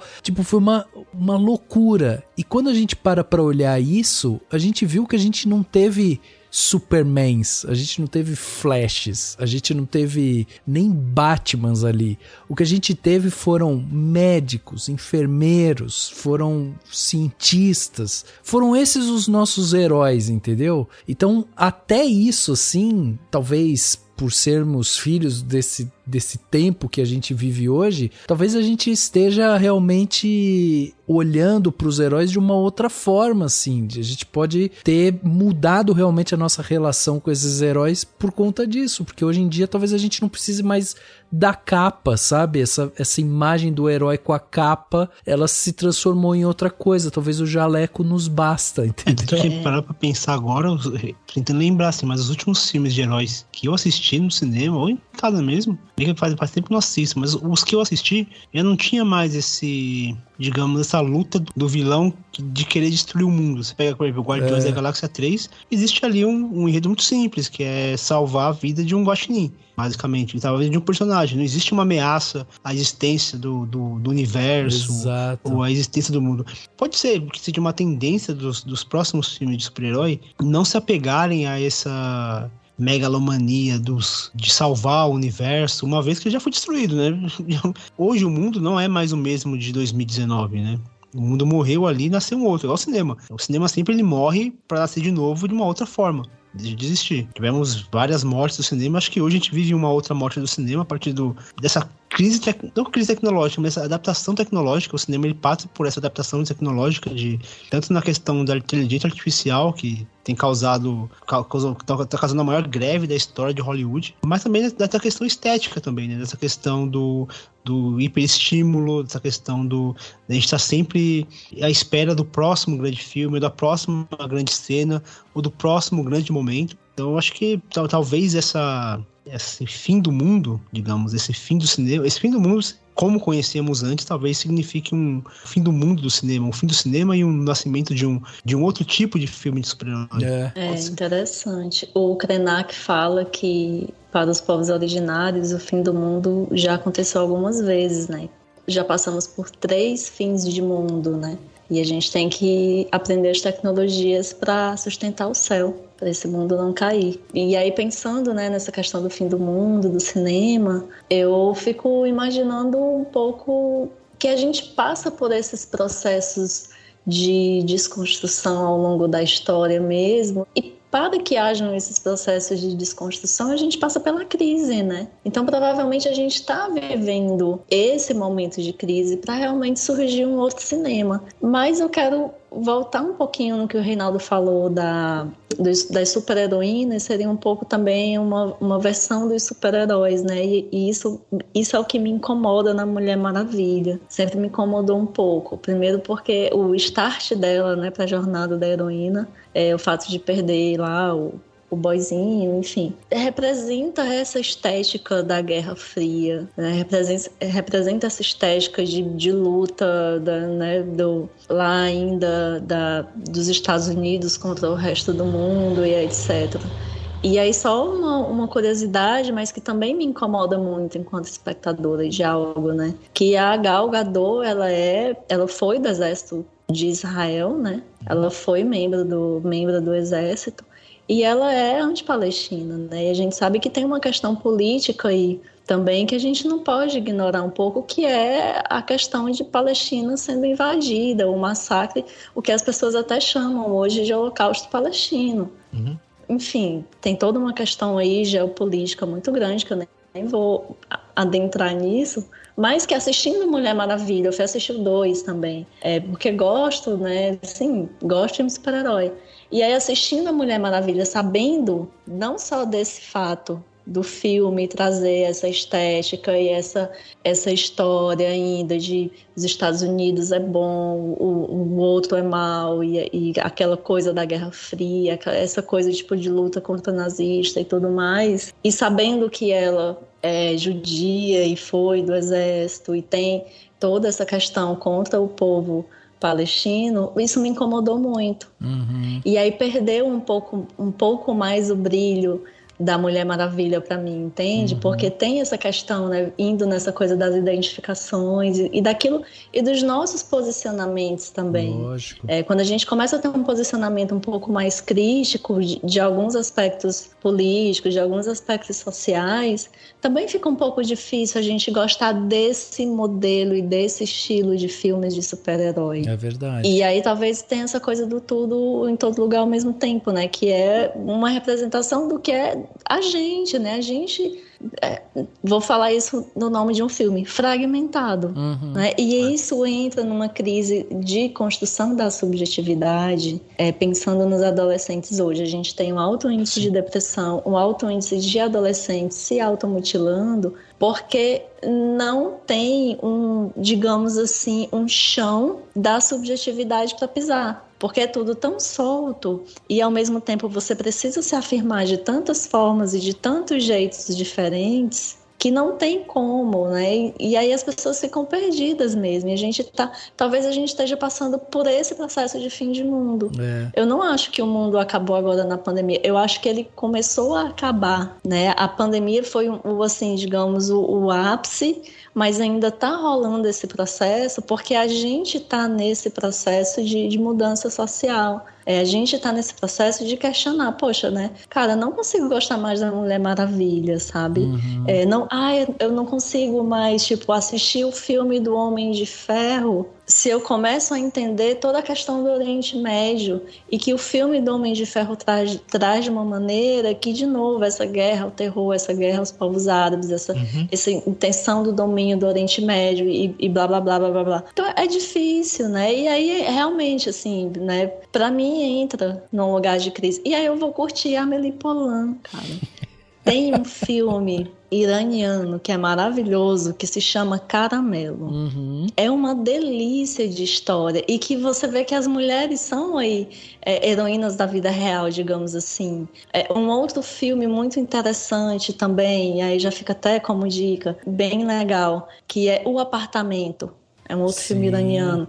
E dá um outro olhar pra gente das coisas, e a gente vai entendendo, assim, como as coisas vão sendo construídas também, né? E aí eu vou bater na tecla que eu tô batendo desde o início, de que o cinema, ele traz, reafirmando isso que o Fernando diz do espírito do tempo, ele traz uma visão de sociedade que a gente compra ou não compra. Quando se comprou lá a visão de sociedade da cineasta nazista, até hoje a gente tem essa reprodução, né? E é interessante. E quando a gente compra essa ideia de guerra ao terror, quando a gente compra a ideia de que o padrão de beleza é o da mulher loira, alta, magra, a gente vai lembrar do desenho da She-Ra, cara. É verdade. O que era a She-Ra, super-heroína? Era essa menina magra, loira e que fazia várias coisas seminuas.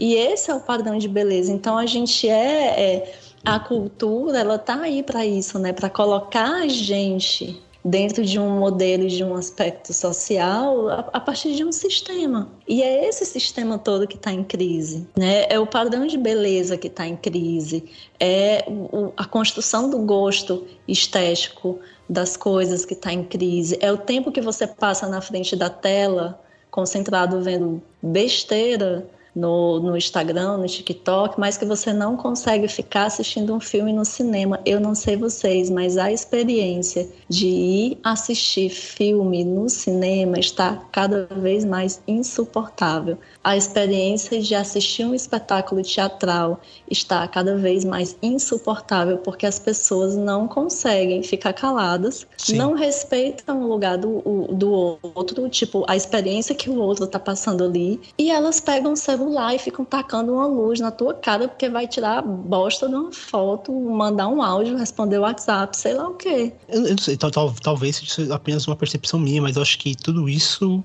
esse fenômeno do cinema como uma experiência coletiva, onde o seu indivíduo passa a ter um poder maior, vem primeiro de uma experiência catártica que foi Os Vingadores, e em geral esses grandes filmes da Marvel, porque era um momento onde dentro do cinema era permitido você pular, era permitido você gritar, você aplaudir, você gritar e assim, foi uma experiência muito diferente. Talvez eu nunca tinha vivido isso no cinema, não sei se um dia viverei de novo, mas eu lembro muito bem, tipo, daquela cena do Ultimato, onde todos os super-heróis aparecem ali pra combater o Thanos. A galera levantou do cinema, jogou pipoca pro ar, aplaudiu. Virou um estádio de assim, futebol. Total. E eu nunca tinha visto isso. Assim, pro bem ou pro mal, eu nunca tinha visto isso. O fato é que, tipo, imerso naquele universo, eu me senti comovido com aquilo. Eu me senti empolgado. Tanto que depois de, sei lá, um ano depois que eu revi o filme, eu achei o filme bem ok, assim. Muito da experiência do filme veio dessa experiência coletiva. Só que após esse grande ápice desse cinema de Vingadores Ultimato, que aí, mesmo antes da pandemia, já começou o cinema já não tinha mais esse apelo de lotação, e eu nunca mais fui no cinema para ver um evento daquele. Então as pessoas passaram a ver mais filmes em casa. E perdeu essa coisa da coletividade, de você assistir um filme com outras pessoas, porque as pessoas estão acostumadas a assistir em casa. Em casa você pega celular, em casa você manda foto do que você está assistindo, você compartilha o que você está assistindo, você pausa, você se distrai, você não tem uma atenção contínua. Então muito disso eu acho que tem essa ligação, e até por uma questão, e aí vou remeter muito o próprio Reinaldo citou o Hora Thiago, que ele fala sobre essa estética TikTok. Não uma estética TikTok numa forma de que o TikTok está moldando o cinema, acho que nem esse é o fato, mas que tem influenciado a forma como a gente consome também, né? E não só o TikTok, ele fala do TikTok porque é o grande expoente, mas qualquer tipo de mídia de vídeos curtos, de estímulos frenéticos e de recompensas muito rápidas, né, de um vídeo pro outro. Tipo, eu lembro, tipo, quando eu voltei aí no cinema presencialmente, que eu assisti o Duna. E assim, foi uma tortura, assim. Eu tava acostumado a assistir em casa, e eu me senti muito angustiado até eu voltar ao ritmo. Demorou muito. E assim, Barbie, por exemplo, foi um evento que eu fui assistir que eu falei, caraca, faz muito tempo que eu não via isso. A galera rindo junto, e mesmo de uma piada que não era tão engraçada, mas o fato das pessoas rirem, você acaba rindo também, sabe? O efeito coletivo disso. Sim. E é uma coisa que eu acho que faz muita falta, né, na forma como a gente enxerga o cinema. Que pra mim o cinema é muito essa coisa do coletivo.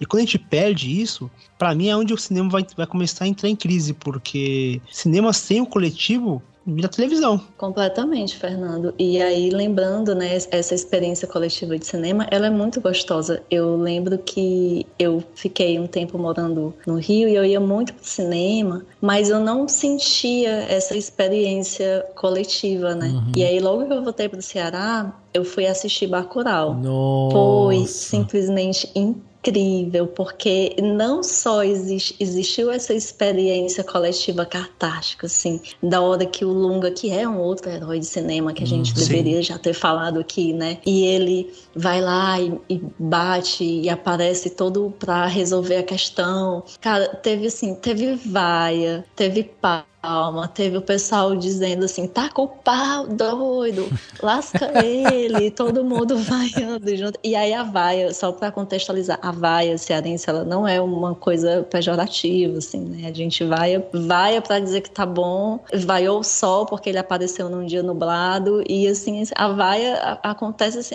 não sei explicar, só sentir, né? Mas depois procurem no YouTube concurso de vaia cearense, vocês vão entender um pouco o que é isso, né? Mas essa vaia, tipo, a gente tá adorando e tá lá se vingando por nós, e isso é bom, e o pessoal batia palma. E foi uma experiência maravilhosa. E que eu não sinto mais isso. Eu fui assistir, eu lembro que o meu último programa, antes de fechar tudo, foi pro cinema. Um festival de filmes, festival de cinema italiano, e aí eu fui assistir A Dolce Vita. Foi o último filme que eu assisti, eu acho que 2 dias depois fechou tudo. E eu só voltei pro cinema pra assistir A Mulher Rei. Foi um bom filme, hein? Eu gostei. Foi um bom filme, foi um bom retorno. Mas foi uma experiência ruim, porque não teve... E aqui o público interage muito com o filme e é todo mundo junto, assim, é maravilhoso. Mas não teve essa interação coletiva. Teve gente conversando, atendendo o telefone no meio do filme. Teve gente saindo, mandando áudio, sabe? Assim, um inferno. E eu sou muito rabugenta quando eu tô assistindo as coisas. Mas, assim, tá meio ruim, assim. Eu tenho evitado ir pro cinema. Primeiro que eu não pago mais meia, né, que isso é muito importante. E segundo, porque não é mais legal, assim, não tem mais essa experiência coletiva e tem essa coisa individual. E aí, assim, cara, só pra assistir filme pra tá me distraindo, porque outra pessoa tá me incomodando, eu não vou. São raros os filmes que eu penso, assim. Várias vezes aqui eu pensei em assistir o filme da Barbie, mas eu tô esperando passar o hype, pra ver se eu consigo assistir em paz. It's so much bigger than you realize. Avengers!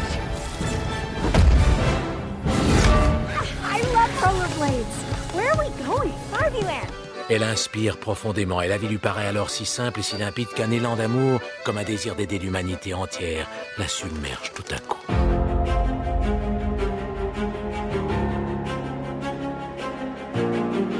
Eu tô achando interessante, né, essa conversa que a gente tá tendo, porque a gente passa por um olhar, primeiro, para um personagem de um filme. Então a gente vai falar sobre os heróis, super-heróis e a simbologia que eles trazem com eles, assim, né? Depois a gente começa a olhar para a própria estrutura do filme em si e como ela muitas vezes se repete e tal, e isso vai gerando pouco engajamento. E aí a gente evolui para o próprio lançamento do filme em si, quer dizer, como é que a gente está consumindo esse filme, como é que esse filme chega até nós, até realmente agora a gente está discutindo até a estrutura mercadológica do negócio, sabe? E aí quando vocês falam justamente sobre essa questão dos eventos, né, de lançamento, lembram de Vingadores e tudo mais, eu acho que tem uma questão aí também que é justamente esse lance da pré-pandemia, né, que a gente até estava comentando antes, de como o nosso olhar para o mundo mudou, assim. E aí, hoje em dia, a gente consegue observar de uma forma muito mais pontual e muito mais precisa esses tais filmes-eventos, né, que são esses filmes que são considerados grandes eventos, como a própria Barbie. O Oppenheimer acabou pegando onda, né, nesse lance da Barbie, mas ele não teve a quantidade de bilheteria, nem tem polêmica e tal envolvendo ele, mas enfim, esses filmes eventos, assim, acho que talvez Barbie seja hoje o grande expoente disso, assim, mas é interessante da gente observar como às vezes a gente pode ter um discurso muito simples de tipo, nossa, não aguento mais filme de super-herói, filme de bonequinho e tal, mas existe todo um contexto por trás disso, né, muito doido. E apesar de eu ter assistido Vingadores Guerra Infinita e Ultimato nas sessões de cinema, aliás, vamos dizer assim, o Guerra Infinita foi uma experiência curiosa pra mim. Como eu era leitor de quadrinhos, eu sabia como é que ia terminar, né? Sabe. E eu tava curioso pra saber como é que eles iam fazer o estalo, né? E aí, na hora que acontece o estalo, eu nem olhei pra tela, né? Eu fiquei olhando pra cara das pessoas em volta pra ver a reação das pessoas, Eu né, fiz cara, isso com também. aquilo lá.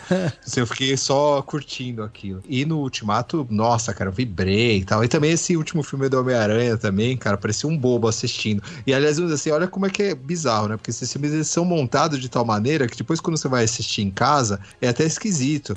Porque de repente, assim, o personagem dá uma pausa, que você sabe que aquela pausa lá é pro pessoal vibrar no cinema, cara. E em casa não faz o menor sentido aquilo.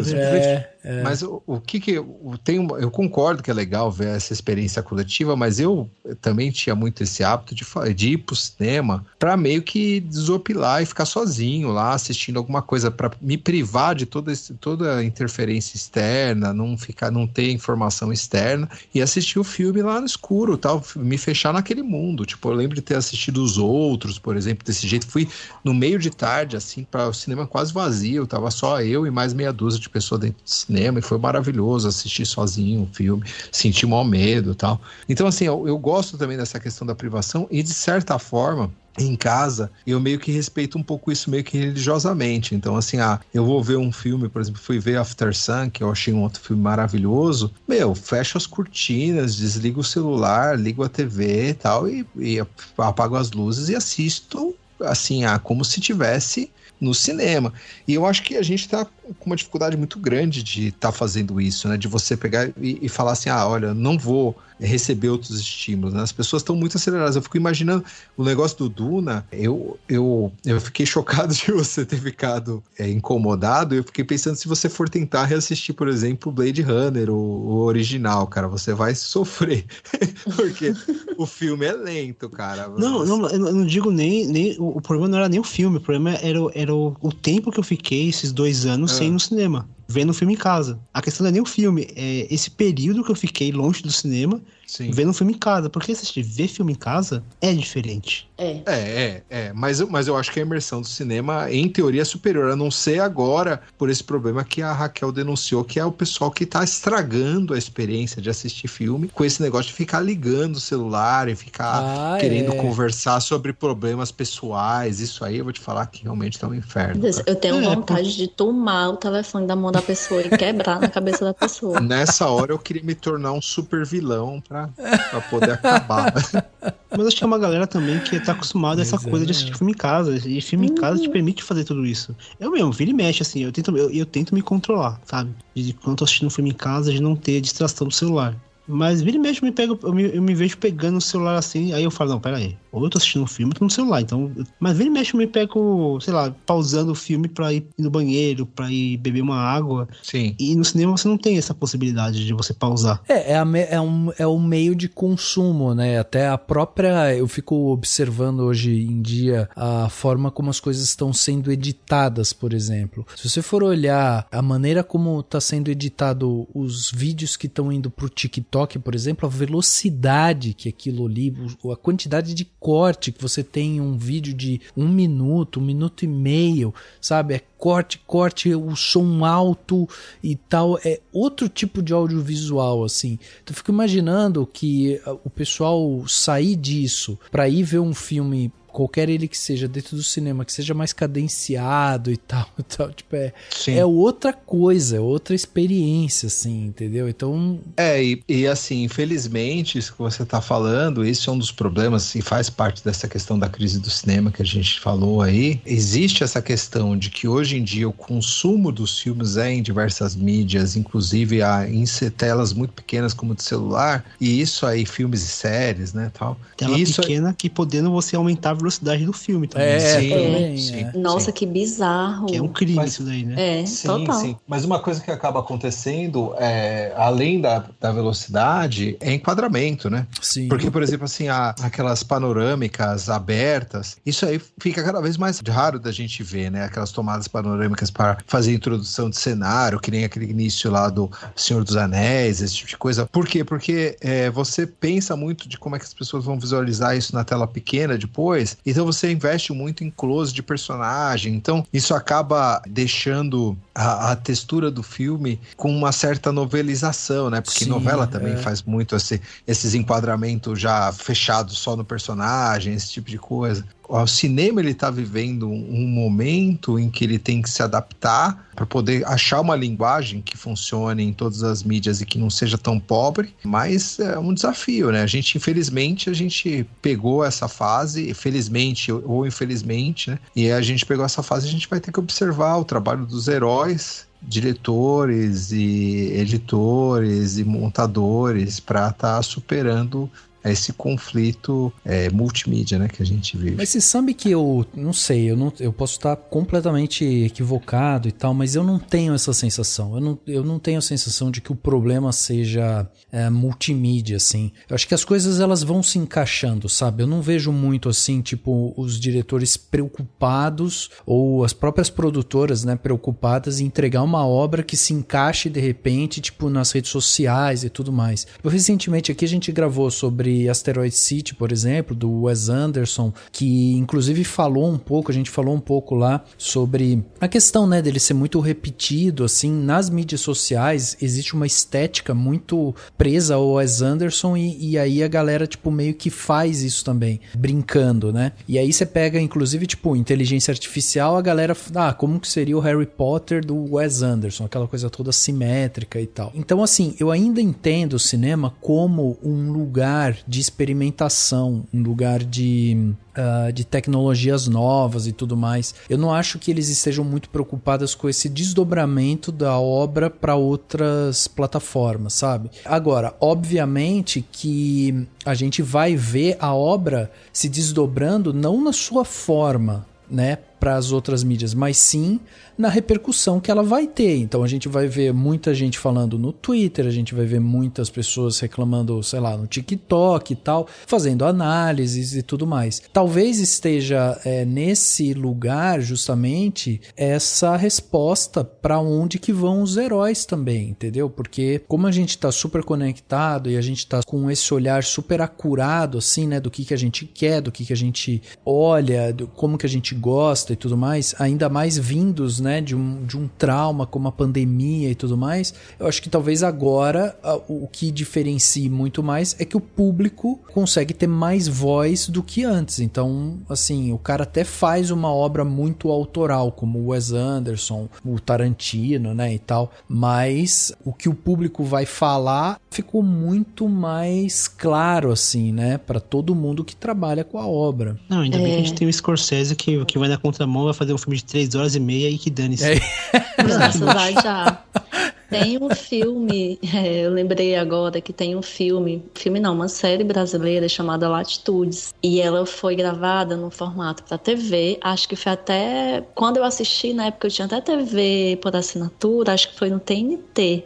Ela é produzida pela Alice Braga, o irmão dela, tem o Daniel de Oliveira protagonizando junto com a Alice Braga essa série. E aí eles gravaram em 3 formatos, eles gravaram no formato de filme, no formato de série, no formato para TV e no formato para o YouTube. É maravilhoso isso. E aí, né, eu assisti e fiquei assim, nada a ver você negócio no YouTube, formato para web. Se passa um negócio na televisão. Mas eu resolvi assistir. E tem essas diferenças que você falou, Reinaldo. Tem essas diferenças de plano, de ação, sabe, tem diferenças de enquadramento.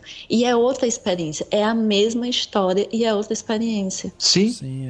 É muito legal. Você ficou falando e eu lembrei dessa série. E eu vou discordar um pouco contigo quando você fala que essa crise é uma crise do cinema, né, do audiovisual. que a gente está falando em relação à concentração, à forma como as pessoas consomem o cinema. Eu acho que é uma crise da sociedade, porque a gente está ouvindo o áudio de WhatsApp acelerado, a gente está assim, vai resolver uma coisa e a gente acaba às vezes nem ouvindo o que a outra pessoa está dizendo. É difícil a gente manter o estado de presença. Sim. Né? Tem sido difícil manter esse estado de presença, Sim. porque a gente está muito estimulado. Então, se a gente pensa, né, nos filmes de super-herói, no que a Marvel e a DC estão trazendo pra gente, elas estão trazendo um pouco essa experiência também, sabe? Desses multiversos, um pouco essa experiência de todas essas questões que a tecnologia está colocando pra gente. E estão fazendo a gente pensar um pouco, né? Que é o que a gente está fazendo aqui, né? Pensar e discutir um pouco, né?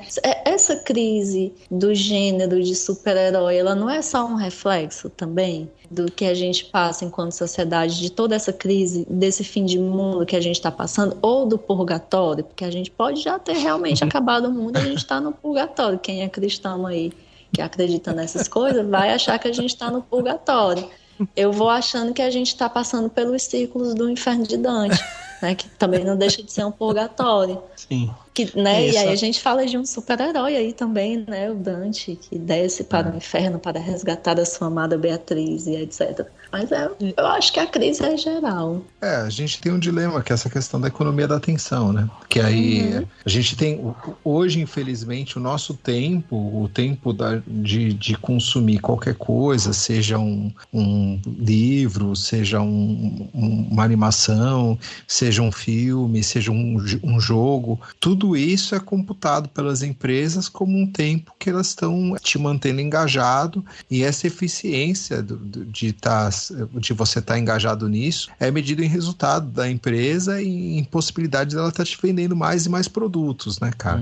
Eu acho que, vamos dizer assim, e os filmes, mesmo filmes longos, né, cara, que assim, isso é uma coisa também que eu tenho um sentimento contraditório, porque eu achava assim, que eu vejo a produção de filme dos anos 80 e 90, você tem muito filme de 1h40, 1h50, que tem histórias maravilhosas e eles são super enxutos, e até porque o pessoal filmava em película e tal. O filme funciona bem naquele tempo, cara. Não precisa ter 3 horas. Hoje, todo filme tem que ter 3 horas para justificar que você tá pagando um ingresso caríssimo no cinema, né, cara? Eu acho isso um absurdo, porque assim, tem um monte de história que você vai ver e você fala assim, nossa, cara, que dava para cortar um monte de coisa. E aí, ao mesmo tempo, assim, é um monte de coisa extra, mas com um beat muito acelerado. As cenas têm muitos beats, né, que são aquelas viradas, tipo, tem a virada grande da cena, mas você tem viradas menores dentro da cena, né? E aí você tem várias viradas menores dentro da cena, justamente para criar esse senso de aceleração e manter a atenção do personagem, do telespectador o tempo todo, né? Enfim, tá todo mundo super estimulado, e eu acho que, infelizmente, a solução não vai ser numa desaceleração para isso. Eu acho que, vamos dizer assim, o filme que deu uma pista do caminho para Hollywood é Barbie. Porque Barbie, justamente com essa questão de você colocar algo opinativo, que a pessoa sente que ela está opinando ao assistir, que é aquilo que a gente discutiu lá atrás, ou de não assistir, e aí com isso se manter em voga nas discussões das pessoas, eu acho que a gente vai ver cada vez mais isso nos filmes. Os filmes, eles vão fazer parte desse processo de curadoria de identidade do sujeito. Os filmes que conseguirem se adaptar a isso, eles vão ser vitoriosos nesse novo cenário aí de Hollywood. Se os estúdios, se os diretores, se os executivos perceberam isso, e eu acho que alguns já perceberam, a gente vai ver uma enxurrada de filme que vai seguir a estrutura de Barbie, que eu gostei, é um bom filme. E aí, veja só, Oppenheimer não é um filme desse jeito, mas o marketing dele, quando ele se alinhou a Barbie, ele acabou se beneficiando justamente disso, né? Porque, vamos dizer assim, as pessoas elas passaram a querer dizer alguma coisa quando elas não foram assistir Barbie, foram assistir Oppenheimer no lugar de Barbie, na verdade. Porque hoje em dia, esse espaço de você pegar, você fazer essa coisa irritante que a gente colocou aí de bater uma foto da tela do celular, da tela do cinema para postar que você tá vendo alguma coisa, isso pra gente que é espectador é horrível. Agora, pro estúdio, isso é maravilhoso, né? Sim. Porque estão falando do filme dele, né? E aí, esses são os verdadeiros vilões.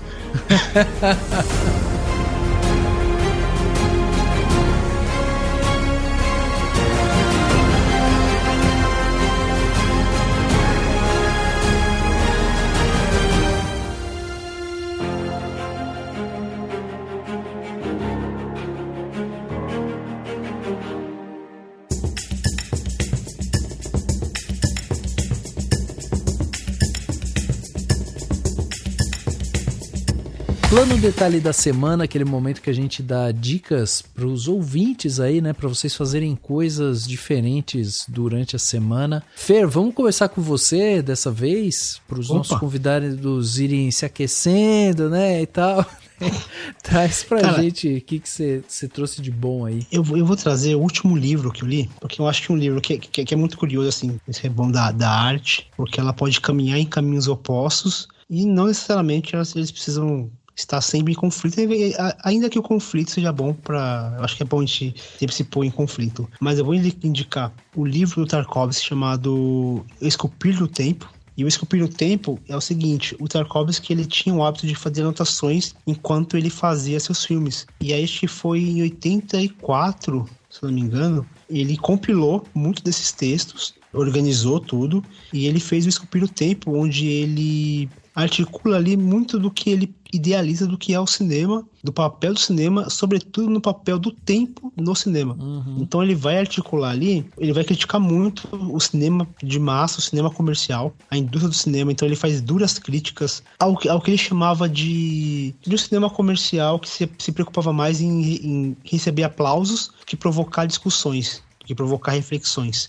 Então ele vai falar, inclusive ele vai criticar muito a montagem soviética, então ele faz... E assim, o que eu acho legal do Tarkovsky é que ele critica as ideias e nunca a pessoa. Então ele vai criticar muito as ideias do Eisenstein, as ideias do Kuleshov. Então ele vai criticar essa montagem soviética porque para ele o cinema, ele não depende da montagem. A montagem, ela está ali para auxiliar o cinema, mas o cinema não é feito pela montagem. É feito através dos planos. É um livro assim incrível. Ele é um livro meio cabeçudo, assim, meio difícil de ler muitas vezes, mas acho que é bom a gente debateu muito aqui sobre essa questão da nossa aceleração, e apesar de ir na contramão do tudo ao mesmo lugar, ao mesmo tempo, que o Reinaldo levantou aqui no final da discussão, mas é interessante a gente pensar que eu acho que não existe um método único de se fazer cinema, né? Acho que a gente pode pensar cinema de várias maneiras, que vai flertar de um cinema frenético, de uma estética TikTok, um cinema de fluxo, um cinema da Kelly Reichardt, a gente falou do Scorsese. Existem várias maneiras de se fazer cinema para além do cinema comercial frenético. John Wick, que eu amo John Wick, mas assim, é uma outra proposta. Então eu acho que é um livro que enriquece. E aí, se você puder e tiver disponibilidade também, aproveitar e ouvir o plano de sequência sobre Tarkovsky, que provavelmente vai ser lançado quase que junto com esse programa, eu acho que vai ser um complemento interessante, assim, pra gente repensar muito no que é se desligar desse frenesi que é o consumo de arte hoje, né? Essa coisa de sempre consumir tudo muito rápido. Acho que é bom a gente dar uma parada e refletir que nem tudo precisa ser digerido de forma tão rápida. Dá pra gente digerir de forma devagar e de forma pausada também. Muito bom, Fer, muito bom. Lembrando vocês ouvintes aí que tudo que a gente está indicando aqui vai ter link no post desse podcast, então você vai olhar ali e vai ter o nome da pessoa que ela indicou. Então, por exemplo, no caso do Fer aqui vai ter link pro livro e link pro podcast, pro plano sequência, o pessoal falando aí do Tarkovsky. Muito bom, Fer, obrigado. Raquel, vamos com você então, o que você trouxe de bom pra gente, de plano detalhe? Eu trouxe 2 filmes. Que é pra continuar na temática de super-herói, que foi o que me fez pensar hoje nessa questão dos super-heróis da antiguidade, né, das histórias gregas e tudo mais, que é o filme Medeia, do Pasolini. Boa. Medeia, Feiticeira do Amor. Se vocês assistirem hoje com o olhar das questões de gênero, vocês vão ter ódio do Jazão, né? Mas é um filme que desafia a gente de várias formas. Primeiro porque ele é um filme antigo, né? Ele é um filme do Pasolini, que faz a gente pensar várias coisas também. E tem a atuação maravilhosa de Maria Callas. Sim. Então já acabou. Inclusive, eu cheguei nesse filme porque eu tô fazendo um storyboard de referências pra Dança do Ventre, né? Agora pro Dia das Bruxas. Então eu tô pesquisando personagens que eu gosto e que trazem essas mulheres bruxas, trágicas, pra construir, pra fazer a minha composição coreográfica. E a Medeia tá sempre no topo de referência de qualquer coisa, inclusive por conta do figurino do filme, que é um figurino muito legal, e o figurino da Medeia remete muito, foi um filme gravado na Turquia, e ele remete muito à vestimenta turca também das mulheres mulheres das danças mais tribais, que não é tribal o nome, mas enfim, das danças mais seculares e toda a questão da bijuteria, enfim, né? Tem essa coisa estética muito legal o filme. E tem um filme brasileiro que coloca a gente num desafio de assistir coisas que não tem muita interação, que é um filme do Karim Ainuz, que é um cineasta que eu sou, tipo, super fã, assisto tudo, sempre que aparece, sou apaixonada, que é o filme Viagem Porque Preciso, Volto Porque Te Amo. Nossa, demais. Ele é um filme que quem tá acostumado nesse ritmo frenético e nessa coisa de muita interação, de muito estímulo, vai assistir fazendo intervalos, mas é um filme que vale a pena, não só pela questão de conhecer um pouco um sertão mais profundo, mas também de experimentar, né, já que a ideia é trazer uma coisa diferente, né, de experimentar esse cinema brasileiro, gravado no Nordeste, por um diretor cearense, que tem um outro olhar sobre as questões do amor, as questões de sociedade e tudo mais. E é um filme lindo, assim, sou apaixonada. Então ficam aí esses dois filmes, Medea, Feiticeira do Amor, do Pasolini, Viagem Porque Preciso, Volto Porque Te Amo, do Karim Ainuz. E ó, a melhor coisa, eu tava olhando aqui, tem um filme no YouTube, então super fácil de assistir. Sim. O Viajo Porque Preciso, Volto Porque Te Amo. E o Medea tem no Vimeo inteiro também. Super fácil também, filme de 69, demais. Muito fácil de assistir, tá aí na mão. Demais. E você, Reinaldo, o que você trouxe de bom pra gente, de Plano Detalhe? Ah, legal. Eu vou começar com um livrinho bem... Não sei se vocês vão achar pra comprar, gente. Tipo assim, é bobinho, mas pra quem gosta de super-herói, ele é legal. Existe um livrinho que foi lançado pela Madras, que chama Super-Herói e a Filosofia. Ele não é escrito por filósofos, tá? A maior parte dos autores são autores de quadrinhos, tal, mas eles, como a gente falou lá no começo, eles vão tentar fazer uma investigação sobre o gênero, né? Fazer perguntas do tipo, por que o super-herói faz o que... por que o super-homem faz o que faz? Também faz uma reflexão sobre Batman e vários outros, sobre o Homem-Aranha também, e essa reflexão que eu falei sobre a questão da diferença entre um herói e o super-herói, que eu acho que bem válida. Então eles têm boas questões e algumas respostas interessantes, então vale a pena, é um livrinho legal. Boa. Dentro dessa questão de para mostrar que dá para você produzir coisa legal no gênero hoje, certo? Eu vou recomendar uma coisa, uma animação que tá na HBO, que é Minhas Aventuras com o Superman, que é bem legal porque o produtor é o Jack Wyatt, mas as diretoras, na verdade, só tem direção de mulheres, da Jane Bennett, da Diana Hahn e da Christina Marink. E a perspectiva dessa releitura do Superman, ela tem muito a ver com a perspectiva da Lois Lane, né? E, poxa, cara, assim, eles conseguem, assim, é ouro. Eu não canso de me falar que essa animação, ela é ouro puro. Eu termino de ver cada episódio, eu me sinto mais leve, e eu lembro por que o Superman pode ser um personagem legal. Tem uma cena maravilhosa, por exemplo, em que é um Superman em começo de carreira, que não sabe ainda os poderes dele, então tem uma hora que ele se lança à frente da Lois Lane para evitar que ela seja acertada por uma saraivada de tiros, e ela vira para ele e fala assim: como você sabia que você era invulnerável a tiro? Aí ele vira para ela e fala assim: eu não sabia, eu só sabia que você não era. Tipo assim, naquela hora que ele fala isso, ele desmonta aquele Superman horroroso do Snyder, que é um desastre, cara. Aquilo lá é a coisa mais horrorosa que foi feita no cinema, cara. E já mostra que dá pra você contar uma história de um cara que tem poderes absurdos, mas que continua sendo um ser humano decente que se importa com os outros, né, cara? E também vou deixar a terceira indicação e última, que também vai ter a ver com o mito do super-homem e do super-herói, que antes do Alan Moore escrever Watchmen, ele fez um quadrinho chamado Miracle Man, que é uma história de um personagem meio que um clone lá britânico do Shazam, né? Tipo uma cópia, né? Do Shazam, do Capitão Marvel. Mas, cara, essa história, assim, ela ainda não ela não é o ápice da crítica, porque o Miracle Man é uma crítica ao gênero, né? Dos problemas que tem nesse gênero, né?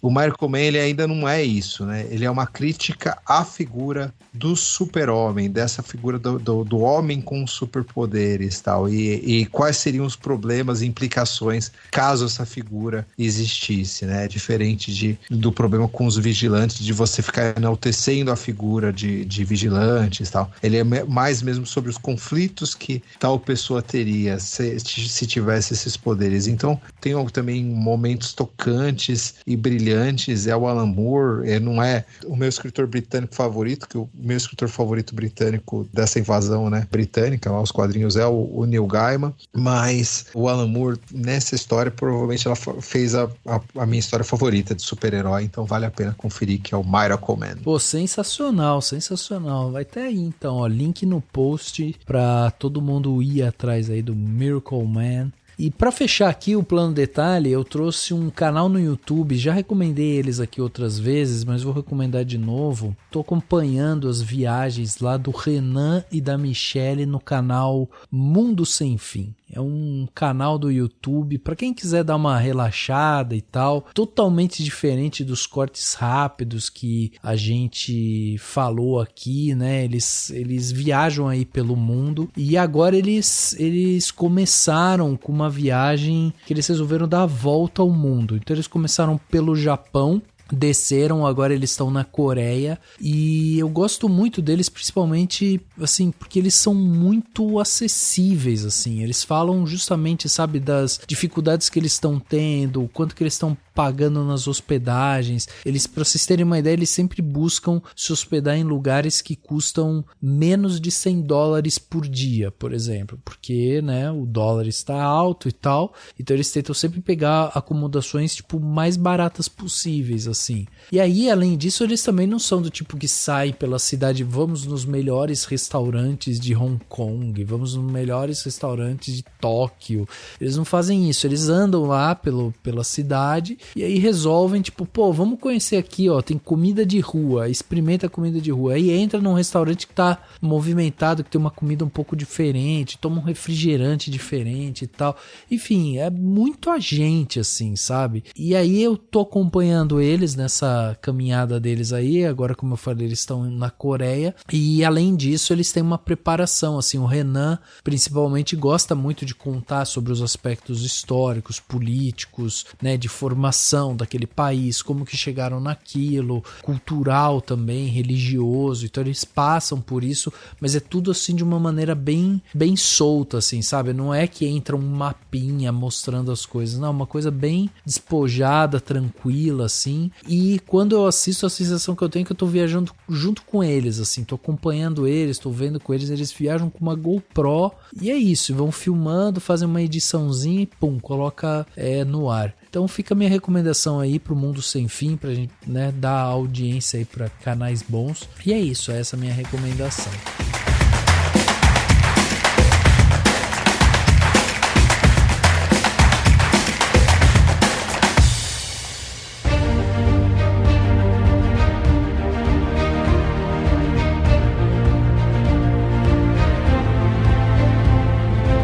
Isso, pessoal, chegando aqui no final desse podcast Cinemação 522, batemos esse papo aqui sensacional sobre heróis, né? E suas relações aí com os filmes. Tenho que agradecer aqui demais a presença dos nossos convidados estreantes aqui, né? Então, Raquel, muito obrigado pela sua participação no Cinemação aqui pela primeira vez. Queria que você deixasse redes sociais, sites, enfim, meios de contato aí para quem quiser acompanhar mais do trabalho que você coloca no ar. Afinal de contas, tem trabalho pra caramba, hein, Raquel? Porque só se for pelas pesquisas lá em filosofia comportamental, ética, política e tal, tem muita coisa para acompanhar que você vai colocar no ar, não tem não?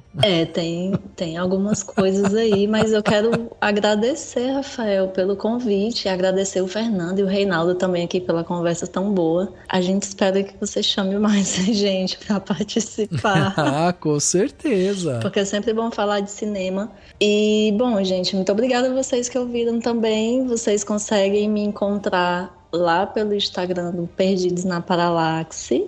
Tem o site da gente lá, o PP Paralaxe, que é um site, inclusive, que foi desenvolvido pelo Reinaldo e o Fred, mas o Reinaldo é o cara das artes lá do Perdidos, então todas as nossas artes que estão lá no Instagram, quase todas, na verdade, é Reinaldo quem faz e Fred também, que faz uns cortes do podcast que são bem legais, assim.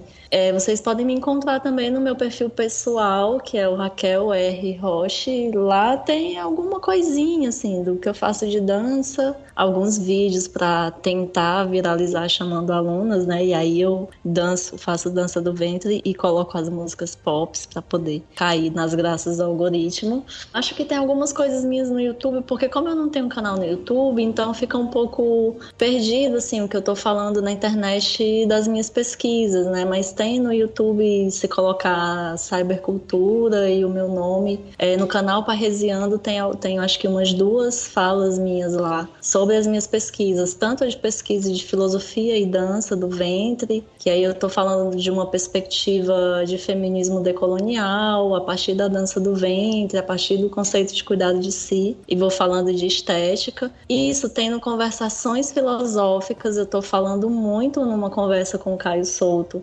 sobre a minha atual pesquisa, né, que foi a minha pesquisa de pós-doutorado, que foi dança do ventre, cuidado de si, por uma estética da existência feminista. Tem uma conversa minha no canal Parresiano sobre cybercultura e biopolítica e neoliberalismo, que é meu outro mote de pesquisa, né, que é esse de filosofia política e social contemporânea, vou falando de neoliberalismo e internet, que é uma pesquisa do meu doutorado e que eu não abandonei, ou que não me abandonou. E é isso, gente. Tô por aqui falando de cultura pop, dançando e filosofando, e às vezes tudo isso ao mesmo tempo numa energia caótica, mas que sai alguma coisa. E assistindo novela, porque quando eu me dou os meus dias de folga é romance, filme romântico dos anos 90 e 2000, filme trash dos anos 80 e novela mexicana. Demais, demais. Reinaldo, obrigado também pela sua participação aqui, também outra estreia. Que bom que deu certo vocês virem lá do Paralaxe, né, Perdidos na Paralaxe. Espero que vocês voltem aqui com mais frequência também, Reinaldo, e também traz aí pra gente meios de contato, redes sociais, sites, enfim. Bem, a Raquel já fez todas as indicações do Perdidos na Paralaxe. Eu recomendo que vocês procurem a gente lá no Instagram, no nosso site, principalmente no Spotify. Eu vou falar pra vocês, os nossos programinhas geralmente eles têm o tempo exato para você completar aquele treininho na academia ou fazer uma viagenzinha de carro pro trabalho e tá tendo contato aí com algumas das nossas ideias malucas aí sobre cultura pop aí. Então vale a pena. Eu, além de ir lá no Perdidos, né, vocês vão me achar com bastante facilidade lá no Instagram, que o meu é arroba filo com ph, né, é filo.arte.br no Instagram. E também, se vocês quiserem estarem conferindo, tem pouca coisinha lá mais antiga, porque essa loucura toda de produzir conteúdo começou lá na pandemia, né, e antes de fazer parte do Perdidos, eu fiz uma experiência com um canal, com uma proposta que era Desenho Filosófico, onde eu desenhava e discutia com um amigo através de um encontro online. Eu ia desenhando e a gente ia batendo papo sobre várias coisas. A gente falou sobre 2001, Uma Odisseia no Espaço, falou sobre Blade Runner, também falou sobre a série Loki, também Westworld. E lá no YouTube eu sou @filoarte, também filo com PH. E é isso aí, pessoal. Só seguir lá, acompanhar e qualquer coisa me chamam também. Se alguém ficar com alguma dúvida, querer discordar também, pode arranjar treta comigo lá nos comentários ou me mandar mensagem. Boa. Obrigado, Reinaldo. Muito bom. Fer, obrigado também pela sua participação aqui. Mais uma, Fer, pra conta aí. E deixa também o convite, Fer, para quem quiser acompanhar os seus podcasts, né, lá no Plano Sequência, como é que tá, onde que te encontra também nessas redes sociais. Cara, eu sempre achei que você fosse me chamar pra falar de super-herói um dia. Não imaginei que seria pra falar desse nível de profundidade. Não é verdade? Olha aí. Eu imaginei que seria uma coisa mais leve, um Homem-Aranha ali, um Flash cá.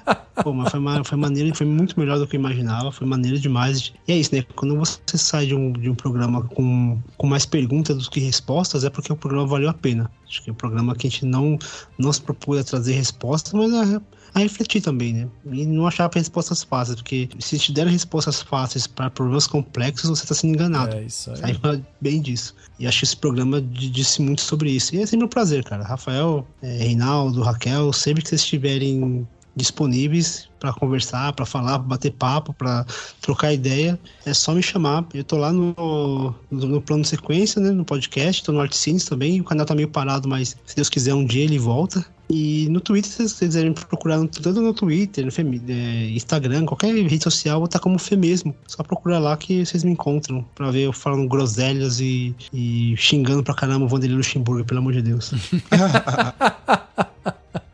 Mas ó, só lembrando, né, aí você ouvinte, né, que se você gostou desse episódio e quiser ajudar na discussão, mandando críticas, análises, perguntas e tudo mais, você pode mandar seu comentário em nossas redes sociais, procurando por Cinemação, ou através do nosso e-mail contato@cinemação.com. Além disso, lembre-se de seguir no Spotify, na Apple Podcast, curtir na Deezer, se inscrever no Google Podcast ou no Castbox, para que você possa receber aí todos os nossos episódios assim que eles saírem. E fica o convite para você se tornar aí um apoiador do Cinemação. Com o valor de um cafezinho você já ajuda demais a gente aqui e ainda leva para casa presentes exclusivos do Cinemação no fim do ano.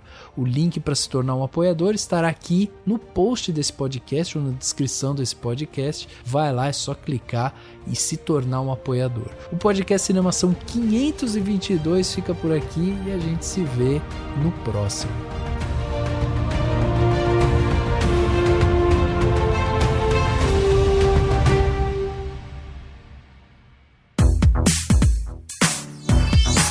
Esse podcast foi editado pela Isso Aí Design. Tudo isso é forma com função. É design estratégico. É isso aí.